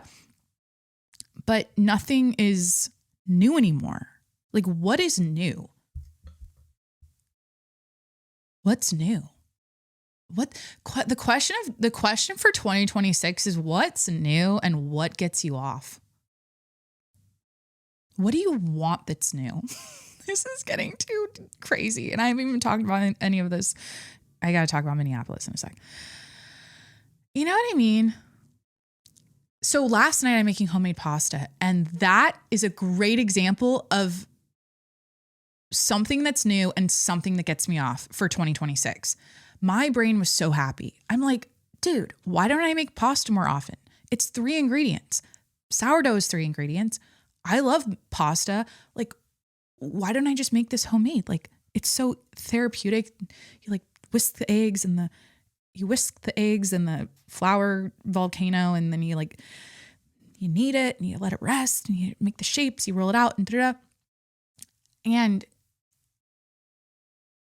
that was something new for my brain. And I think that's something we need more of in 2026. I didn't do resolutions. I'm not doing that whole cliche bullshit for you today. Like, I'm not going to talk about my New Year's resolutions, but I think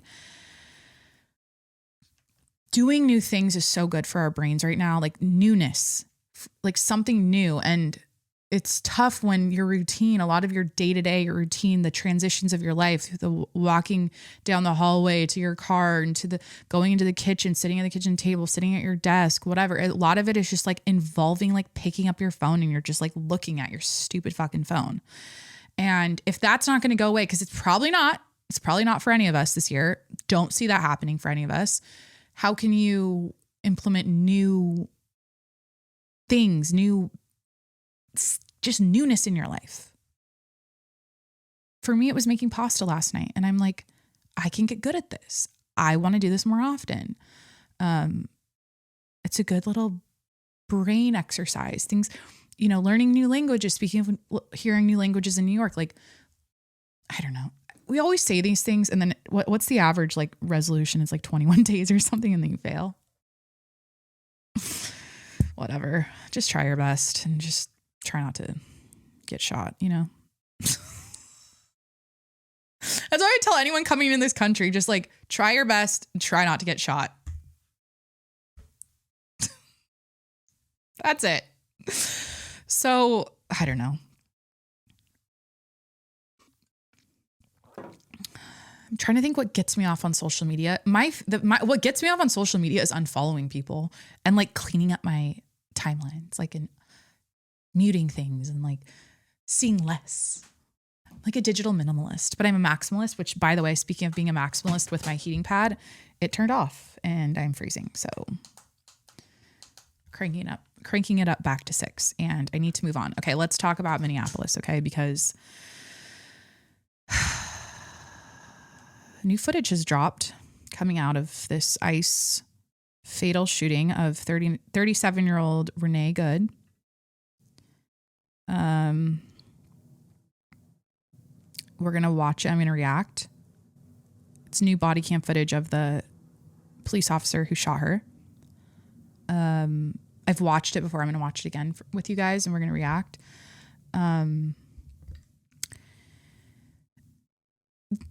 I'll just start with this. Like, nobody should be dead in this situation ever. Full stop. No one should have died in this situation. Period. Like this should not have happened. She should not be dead. It's one of those things. You know what I mean? Like, but I think unfortunately people overestimate, especially with these ICE agents, they overestimate how much power they have. And it puts them in danger. not saying nothing about this is good. Like it sucks. Like all this shit sucks. And it's like, you guys, it's just, I need to like pick a niche so I don't end up talking about these news topics, because as I get older, and I've said this a million times, it's just like, there's always going to be a bad news headline. There's always going to be a shooting. Someone's always going to die. There's always going to be a war. It's always going to be bad stuff happening in the world. Like, and as you get older and you see how the same shit happens every year, you're just like, all right, and I always referenced him, and I'll reference him again because I think I admire Tim and Tim Dillon, and I like a lot of his thoughts on what's going on in the world. And he's like, yeah, like growing up, it's like your dad would just eat the TV dinner and sit back and watch the news and go, oh yeah, that happened. Just like move on with his life. And now everyone's just like, like Minneapolis shooting. This is horrible. This should not have happened. Everyone's like, they react. I don't know if he said it.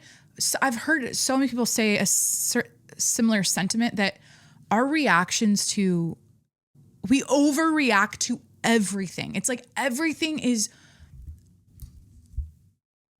any bad thing that happens in the news is like, the level of bad is everyone's reaction is as if it's a 10 out of 10. A 10 out of 10 is if Russia fucking nukes us. Okay. Or would they? Yeah. Like, or whatever. Like North Korea, who would do it first? China? Like fucking, I don't know. That would be a 10 out of 10. Like it's react to like your reaction should be 10 out of 10. Okay.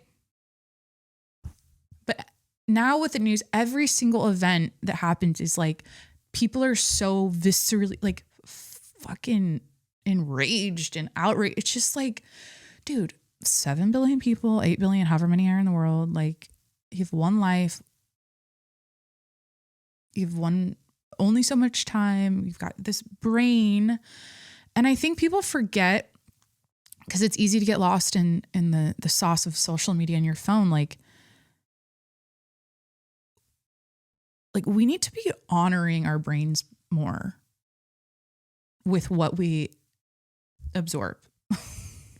You know, like if you really give a like people are like, my body's a temple. Like I go to, I'm like a yogi, I meditate, I drink green juice, whatever. Like people are so like health and wellness, and then they like consume shit on their phone all day about death and like hell that's happening in society. And we don't have to do that. Like you don't have to.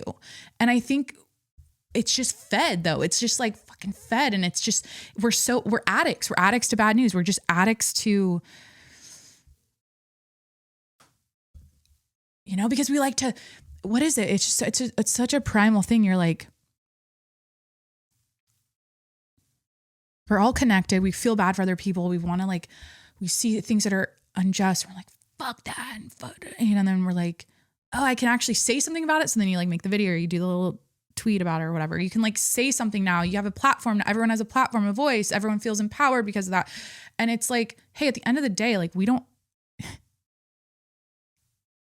only reason I do it, or I would have done this if I didn't have a podcast. Honestly, I'd probably be just like any of you, like just seeing the news on my phone and watching the TikToks and the videos on it and the hot takes and the podcast. I'd be doing it too. I'm sure I would. Because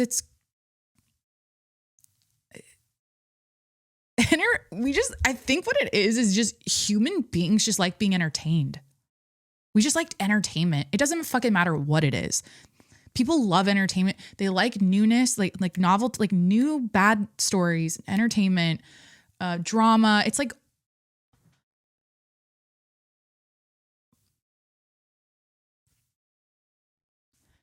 it's kind of like what I said earlier. Like when life's good and you like search for problems, you're like, everything's like really good right now and comfortable and sweet. Like, I'm just going to complain, make some shit up. Cause it's like that. I think it's cause a lot of us have like we're just like, our nervous system likes chaos. It's like how, I don't know, like it's passed down and all of us are just like, I don't know. So yeah, people, what was I saying? We're going to watch the body cam footage, but yeah, in this situation, like no one should, this woman, Renee Good, should not be dead. Like, this was so avoidable. Like, you know what I mean? But again, we have a problem right now where people feel, again, with reactions and reacting. A lot of this is based on people's inability to control themselves and take pause and think clearly, because they're so reactive, and everything is a 10 out of 10. You know what I mean? Everything is 10 out of 10. They don't know how to like go, okay, this situation, while I disagree with it, I have a whole thing on, we'll get into that. Yeah, well, I have so many thoughts. Just because I hate when this shit just keeps happening, and I hate how avoidable it is. And I'm like, when will people learn? Like, I'm not blaming her. I'm not saying, like, it might sound like that. And it might also sound like, well, if people don't resist, nothing will change. If people don't put themselves in the line of fire and just take a stand for people, the oppressed members of society, then nothing will change. And it's like, well, there's a difference between, yes, like that is important, and that is how history is made and things change. Okay, yes, like that is a fact. That does happen, and that is real. But there is a difference between spontaneous confrontation with a federal agent and organized protesting. Okay, when you're stepping into someone's workplace like that, I mean,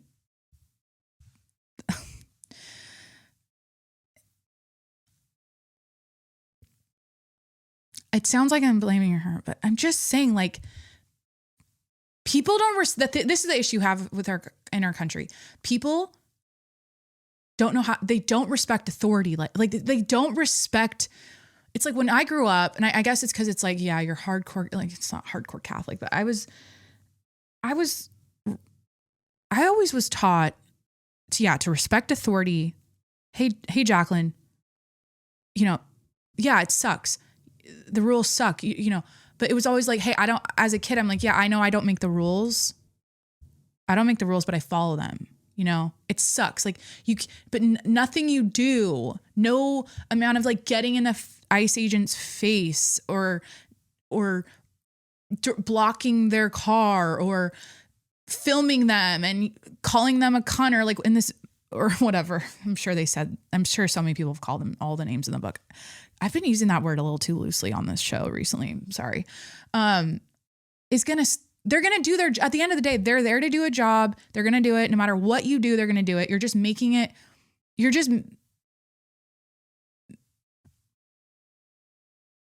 being annoying. It's like, fuck, I'm sorry.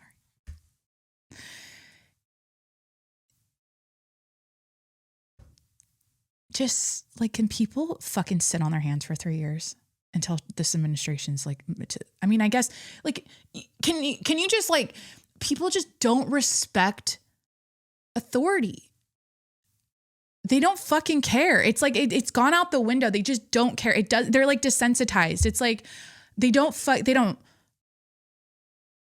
And that's what we need. I think that is how you have a civilized society, is people who, when there is a officer, when there's someone who is working for the government, they're in uniform, they're there to do a job. Okay. They're there.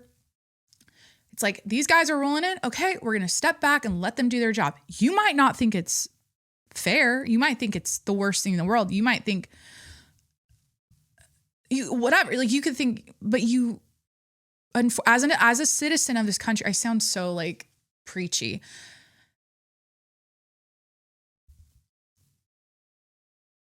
You got to just, I'm not saying like, yeah, take it up the ass, roll back and just let things happen. But that's how the world works. Okay.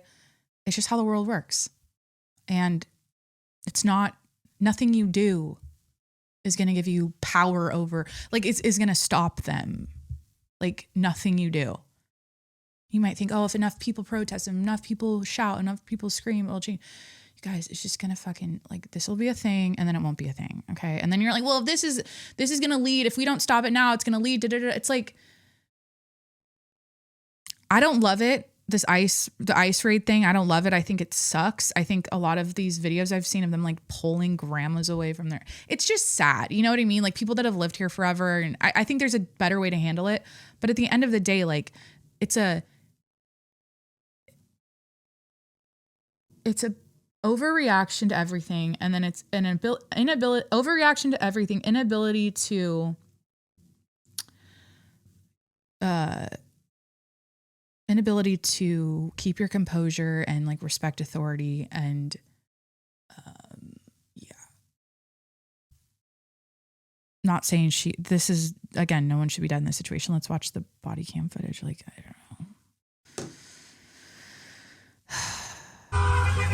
This is the agent's body cam footage that shot her in the Honda Pilot.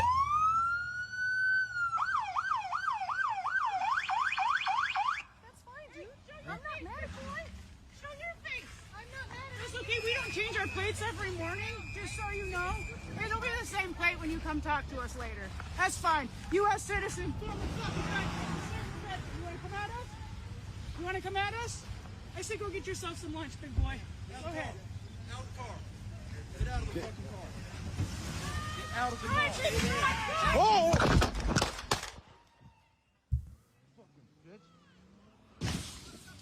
Oh! Oof. Sorry, that was rough there at the end.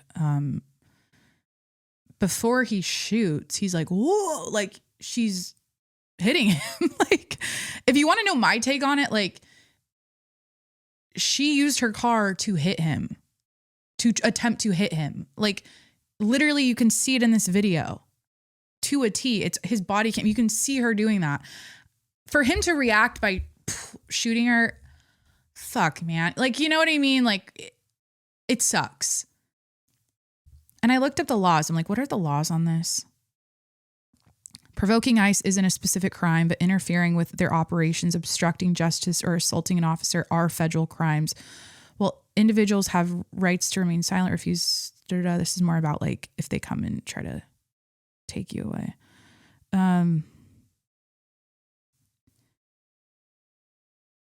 Federal crime.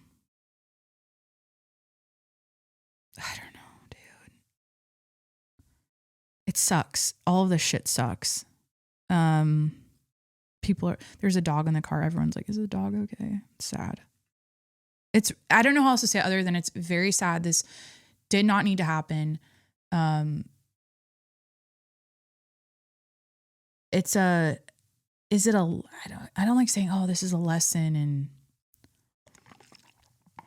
again, there's just some basics. There's just some basics of being a citizen in this country, like, or just in general, just being a human being. Like when like authority exists for a reason. Like do you know what I mean? Like it's not to be fucked with, and people that fuck with it, like put themselves in danger a lot of times, and unnecessary things happen. You know, he could have honestly in a perfect world, like, as she's ramming him, could have like hopped on the hood a little bit maybe and like, oh, fuck, you know, but his reaction was that. And that sucks. But she put herself in that situation. Like I think that's the thing. Like you ignored authority. Like they're asking you to step out of the car. You're ignoring them. You're not doing what they're telling you. And that's again, obeying authority, like respecting authority, respecting law enforcement, like, duh. You gotta have a little.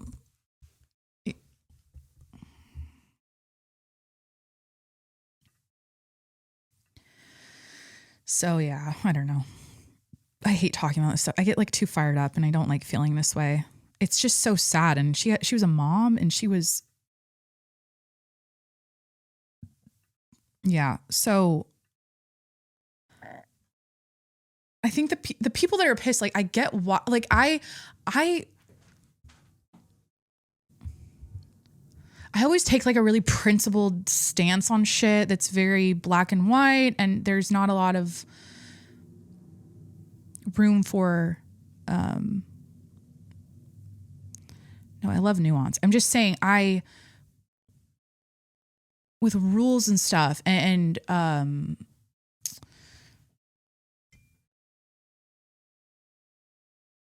like just with especially cops and like federal agents. A basic thing is don't fuck with them. Just don't. It ends bad. In a lot of situations, it ends bad. That's what I'm saying. Like, as mad as you are, as pissed off as you are at the situation of what they're doing to your neighbors in your towns and sucking them away from their families. Like, it's almost like, can we have some fucking maturity? You know what I mean? Like, it's so crazy that I'm saying that. I'm like, I don't know if people think of it like that though. They're just like wild hyenas that are fucking yelling at everything and freaking out over everything. And it's like, hey, that's life, bitch. Like, it sucks. Shit sucks out there, but you have to sit back and like, unfortunately, let it happen. It sucks, but that's just the way of the world. And the root of all of this is rooted in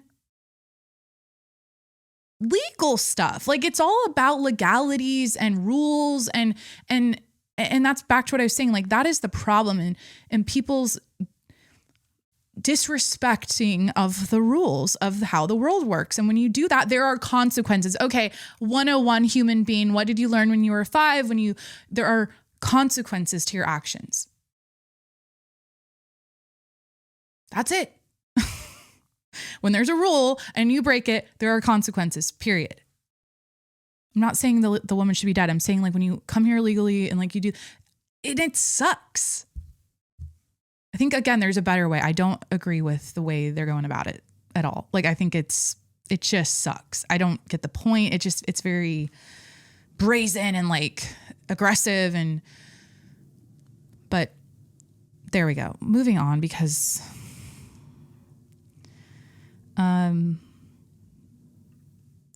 you know how I say it's always a thing. Remember the poor Ukrainian refugee that got stabbed on the train the day after she got stabbed. Charlie Kirk got shot.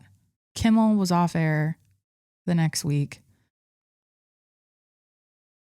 There's some other shit after that. You know what I mean? It's just like, and by the way, Charlie Kirk and that whole case, because I'm still on the case, I'm still keeping tabs, but I feel like I have a little Candace fatigue. I can only take so much. I think to listen to that every single day, because I was at first on every episode, like, she was really like, it was very compelling and oh my God. Now I'm wondering, like, I'm waiting I need to like take a break because it's a lot and there's so much lore to it all and theories and information. And sometimes it's like too much information. And it seems so, it's not irrelevant. Everything she's bringing up could be, even if it's like a 0.01% relevant to the case, like, she's turning that page, no stone unturned, right? With Candace Owens. It's like, we're going to look at every possibility, but,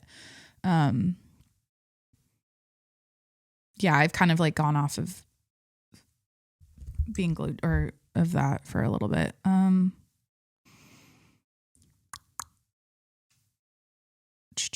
Canadian Olympic snowboarder turned drug lord fugitive. Or do we want to talk about Kendall Jenner saying that she's not a lesbian in a weird way? I don't know. It was just like a word salad. So Kendall Jenner is settling the speculation that she's a closeted lesbian. During an appearance on the Friday, January 9th episode of In Your Dreams podcast, the 30-year-old model addressed the rumor that has been circulating online. There's the whole side of the internet that thinks I'm a lesbian, she told host Owen Thiel. You want to know what really bothers me? How mean people are about it, Jenner continued. It's not with like a welcoming arm of like, hey, if you were, yes, come join. It's not kind. It's very mean. It's very like, what the fuck are you doing? She went on to say I don't know. But a lot of people, guys, if you don't know, like a lot of people speculate Kendall Jenner's lesbian and she has lesbian vibes, and the lesbians comment like, oh yeah, she's a total lesbian. And she goes, so anyways, she went on to say that while she doesn't identify as gay, she would be open about it if she did. I understand that coming out is not an easy thing for anybody, if not most people, the Kardashian star explained. And I'm not saying that's an easy thing, but knowing, why didn't she just say I like dick and just shut, like they go on this fucking word salad of have to hold space for people that it's hard for them to come out. I am not acknowledging those people. I'm going to hold space for those people. I'm not saying, and I'm also opening, wait till you hear this line. And I'm not a hater. I'm a Kendall Jenner. I'm neutral, like positive with her. I don't think anything wrong. I just think it's like a lot. Just say, have a little like, you know, like just be like, dude, cock is the way, dude, for me. I love dick. I love getting fucked by men hard. Like what if she just needed to like, this could have been a personality, a time for her to shine, but she took offense and then she got word salady.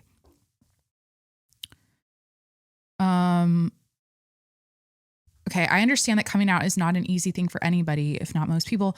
And I'm not saying that's an easy thing, but knowing, and I can speak for myself here, and knowing myself, oh my God, you guys, I can't with this fucking shit. Okay, I'm going to start this over. And I'm not saying that's an easy thing, but knowing, and I can speak for myself here, and knowing myself, I think at this point in my life, I'd be out if I was. This is a direct quote. I'm not saying it's an easy thing. I'm just saying that knowing me and knowing how I would want to live my life, I would be.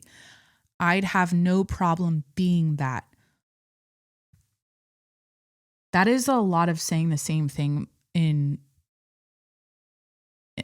a row 14 times or whatever. Like that is so much.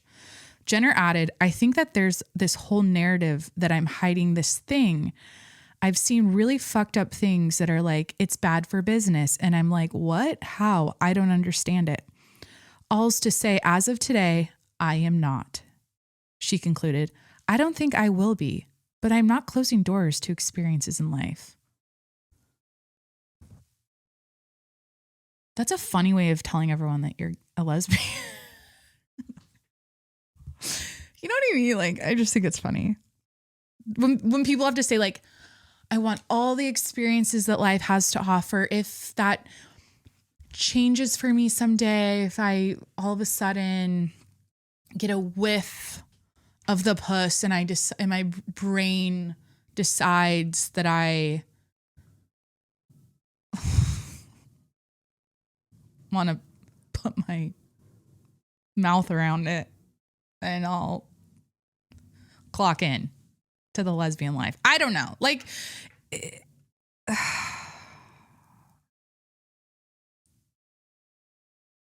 she's not. I don't think she is. But a lot of people get like say her energy is whatever.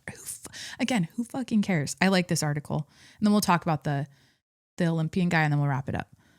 KFC employee allegedly stabbed in a dispute with customers over gravy. An investigation is ongoing after a KFC worker was allegedly stabbed over a gravy-related argument. On Saturday, December 27th, an employee at a Las Vegas KFC was hospitalized after being stabbed by a customer, several outlets have reported. A North Las Vegas Police Department police report said a witness told officials he saw 32-year-old Gerald Carter become upset about his gravy and allegedly said the staff had disrespected him. He eventually returned to the restaurant with his uncle, 48-year-old James Carter. KFC's surveillance video allegedly showed Gerald stabbing the employee several times in the footage while James put the employee in a chokehold. His uncle put him in a chokehold, per the police report. North Las Vegas police responded to a reported stabbing. A representative, the victim was taken to a local hospital for treatment while several individuals were detained in the area, resulting in one man being taken into custody on the day of the incident. That's fucking wild. Over gravy. Again, we live in hell. There's a great we live in hell example story. Former Olympian wanted. This is like a crazy. This could be an entire episode, but I'll give you. We'll just do like a little appetizer of it for now because it's crazy and I need to deep dive into this more. Former Olympian wanted for running transnational drug enterprise and ordering several murders added to FBI's list of 10 most wanted fugitives. U.S. Department of State offering reward of up to $10 million for capture. So this is Ryan James Wedding, former Olympic snowboarder and Canadian national. He's 43 and he was in, what were the Olympic Games? He was in the Salt Lake Olympic Games. I don't know. More charges, more indictments have been unsealed against Wedding, centered on the murder of a witness in this case. Also, the reward in this case has been upped from $10 million to $15 million. Let's bring in NBC News legal analyst Misty Maris. So, Misty, you've been listening to this alongside us here. Help us understand just what it is that the FBI and the DOJ announced here with unsealing these new indictments and what it means for this ongoing case against Ryan Wedding. So this is a significant escalation of this case. With this new superseding indictment, we're adding charges are being added: witness tampering, intimidation, murder, in addition to drug trafficking. Focusing on that piece of witness intimidation and murder and witness tampering. This is going to be a great Netflix documentary, and I can't wait. Okay, so we've got Ryan Wedding. I need his backstory. So he's 43. He's America's most wanted, the world's most wanted. Is it? I think it's cocaine, dude. Okay, he won in the first snowboarding race. Wait. Okay, he's 6'3", 240, male, white, occupation, drug lord. This is on Wiki. Charges conspiracy to distribute and possess with intent to distribute controlled substances, conspiracy to export cocaine, continuing criminal enterprise, murder in connection with he doesn't give drug lord. Okay. Like he's like, if you look at pictures of him, it's like, huh? How the fuck did he get into this? Let me look at his early life. Does it have any early life? While incarcerated in 2011, he married an Iranian-born woman. They have since divorced. Wedding reportedly had a girlfriend from Colombia who was accused of accepting money with him. And he's got an interesting Colombia, Iran. I wonder. Interesting information. What's his backstory? I need a personal life. It doesn't really say much. Dude, are there hold on, YouTube videos of him? Like interviews? Hold on. Like snowboarder, Ryan Wedding interview. Snowboarding.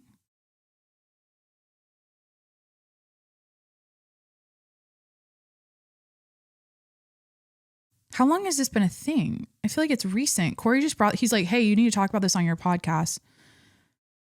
Oh, we spoke to Sinaloa cartel operative about Ryan Wedding. Here we go.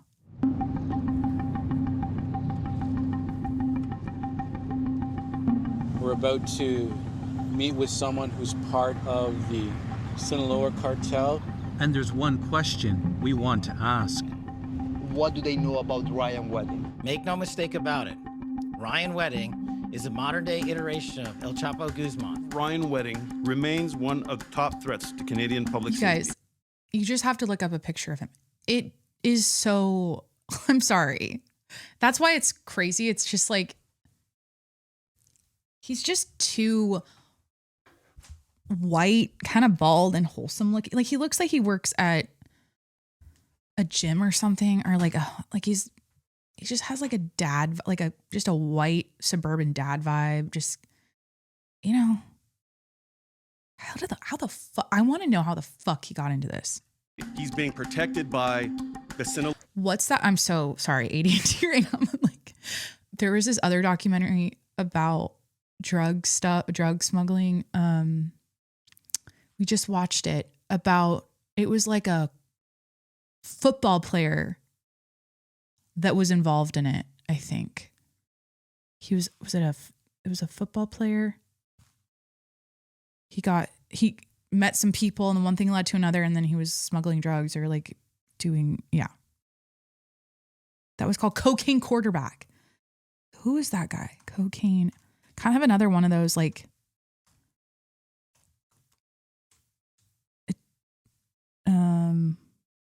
Owen Hansen's rise from, uncovering the unbelievable true tale of convicted drug trafficker Owen Hansen's rise from UFC college football champion to smuggling for the world's most dangerous cartel. Oh yeah, he's working for the cartel. I remember that. It's a Prime documentary. So another kind of one of those head scratchers, like, huh? Okay. Sinaloa cartel. For months, CBC has been following the case of Canadian Olympian turned alleged narco kingpin Ryan Wedding. Now we travel to Culiacan in northwestern Mexico, home to the Sinaloa cartel, one of the most powerful drug trafficking groups in the world. A group U.S. and Canadian authorities say is protecting Wedding. Our guide on this journey, a Sinaloan journalist who says finding information on Wedding may be tough amid the chaos plaguing the city. Did you just get a text? Okay, this is like a 7-minute video. Let me get to the part where they like talk to him. En la Ciudad de México tampoco. Agarrarlo ahí vas a sacar la noticia grande, pues. Y lo van a inflar como una noticia. Oh, it's subtitles. Fuck. Despite the claims from Canadian and U.S. law enforcement, no creo que esté protegido por el cartel de Sinaloa, ni que esté en la Ciudad de México tampoco, siendo que la Ciudad de México es de las más vigiladas a todo nivel nacional.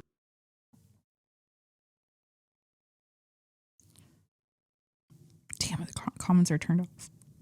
Town. Police get to him first and take him to this hospital. The victim escaped a kidnapping and was shot while fleeing. He's transferred to another hospital to protect. Pues fallece. Hemos tenido desde septiembre. Dude, nothing is more hardcore in the world than the fucking cartel in Mexico. Like,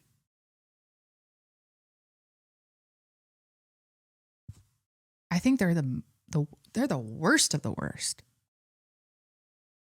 What they do to people and shit. I'm trying to get some, like, what did the guy say about him? What he knows about Ryan Wedding. Okay, I'm looking for, like, okay, $50 million reward, so it went up.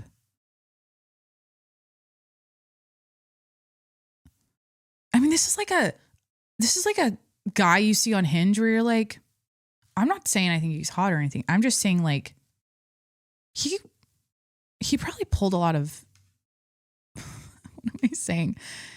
He's got like a good, like, classic handsome look. The kind that society treats really well. Does that make sense? Like the kind where he's 6'3", he's an athlete, a snowboarder. He's like a hot snowboarder type. And probably could slither his way into anything and get away with it because of how he looks. Probably. Like a hot chick, kind of a similar vibe.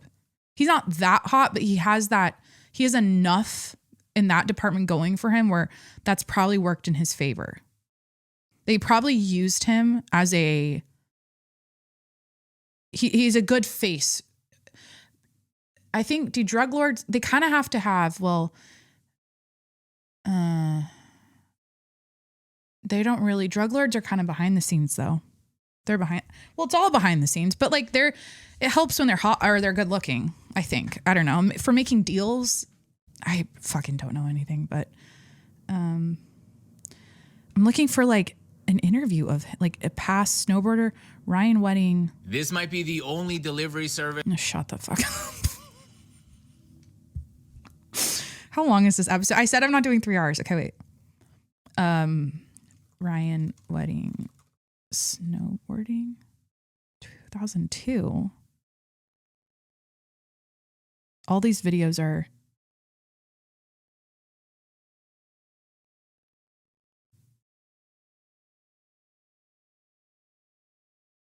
yeah, they're all just like about him being a drug lord. They're not like old videos of him. It's like hard to find. But crazy. We've got the second coming of Pablo Escobar on our hands.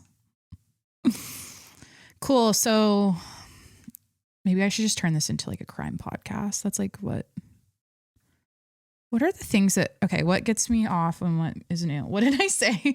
What are the questions that you ask yourself? What is my 2026 going to be about? New things. Newness. Yeah, just trying new things, like doing the things you have always kind of wanted to do and you haven't done it yet. At least the thing is like you can just dip your toes into new things. You don't have to do it as like a full-time hobby you're doing every single week. Like go bowling because you haven't gone bowling in 5 years. Just to do something just for your brain. You know what I mean? Like just go and you don't have to become a professional bowler or what. It's kind of like what I'm learning with the dogs is taking them on new parks, new routes on the walks, like giving and introducing newness to my dogs is good for their brain. It's good for them. It's like good for the soul. And so I think doing the same things all the time, I don't know, just learn a new skill. This is the year also of intellectual content over brain rot content. I think people that are going to rise, they're saying, are the ones that are articulate, well-spoken. They're not using filler words. They're educating you on something they're really well educated in. They're not talking out of their ass, giving you their hot take. Because I'm back to social media. We'll wrap with this because I could totally go on for another hour. So I need to wrap it. But social media is so regular now. It's so regular to do to make videos of yourself, like vlogging yourself doing shit. It's so regular. Everything is so regular. Nothing is special. I was talking to Corey about this last night. I'm like, it's kind of poor to film yourself. It looks, when you film your whole life, it's kind of like here I am fucking talking about, I'm like sitting here for hours talking. Is that, it's kind of like, why does it matter if it's poor to film your life? I'm just saying it's kind of this is the energy. It's like, money's tight. What could I do? I'll make a social media channel of me cleaning my bathroom every day or whatever. Like I'll make a cleaning channel. Or like, oh, money's tight. I'm going to start making TikTok videos on parenting, or like money's tight. I'm going to make TikTok videos on like people. It's like they're, and some people are really successful with it and they cross that bridge, and that is the game, right? Like you have to kind of, that's the game. But the whole, like, when I see people like filming their house and they're around their house, they're doing stuff, I don't know, like we don't need to see that shit anymore. I feel like it's a little it's always been dystopian, but just what are we doing? It's weird to film. I think it's weird. Vlogging is weird. I'm getting too deep right now. It's just cluttery. It's something about it's cluttery, and it looks, again, back to like, we all need to be grown ass adults and mature. It's like, you don't need to I watch Skin by Kristen clean her house and I enjoy it. Fuck it. You know what? I'm a hypocrite. In 2026, nothing has changed. I like the things I shit on. And that's who I am. Secretly, or deep down, like, I love to hate on things I love. Because I can never be fully, I can't just, I don't know. But the whole thing is it's clutter, and it's like we need to be consuming stuff that's actually, there should only be one cleaning person we watch. There's just too much of it. It's the whole, like, it's just a clogged toilet of shit. That's what Tim Dillon said. And it's true. When he said that on one of his recent episodes ago, that is a perfect analogy for society. It's like we're living in this clogged toilet. You go on your phone and it's just like scrolling. It's like you're in a fucking clogged toilet and it never gets unstuck and never gets unclogged. It just keeps filling up with shit. And it's like, when does that crack? And when do people just like throw their phones in their toilet and flush it? Like, for real? Like, when do we actually just like crack? My heating pad just turned off and I think I need to end the episode because I'm cold and I need to put a sweatshirt on and edit this and maybe go to the Goodwill and maybe eat. I need to eat. Do something new this year. The thing you've always wanted to do, even if you try it once, even if you just dip your toes into it, that is great. Do that. Get that hit. It's like trying meth for the first time. It's just like, do it once. You know? Just, that's so, like, we have a guitar here and I can't tell you how many times I've passed the guitar. We have a guitar here. It's just like in the back, in the it's just like back room. I can tell you how many times I've passed that guitar and I'm like, I want to learn a song, just one song that I can get down on the guitar. Haven't done it once. Like, I haven't picked it up once. It's like, just go pick up the guitar, go make the pasta for there. Just start making pasta, do something new. Don't start a podcast. Okay. There's enough of us. I used to say there's room at the table for everyone here. I do believe in that philosophy. More is more. Just everyone, let's all link arms and do it all together and create content together. It's like, there should be 100 content creators and that's it. And that's it.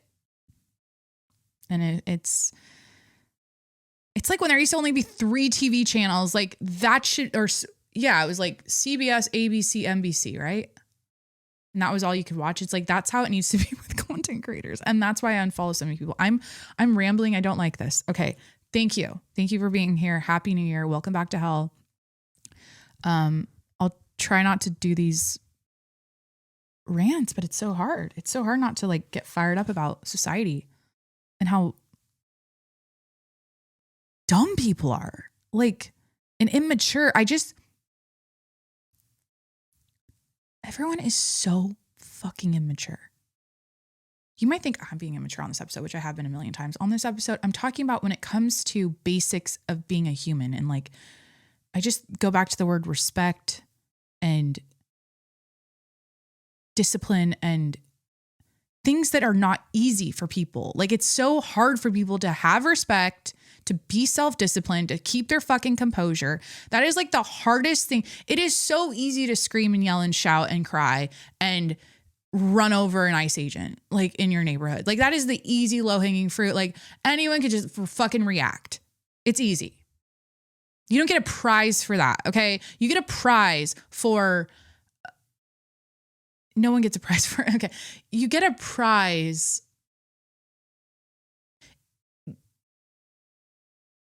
People that survive in this country respect authority.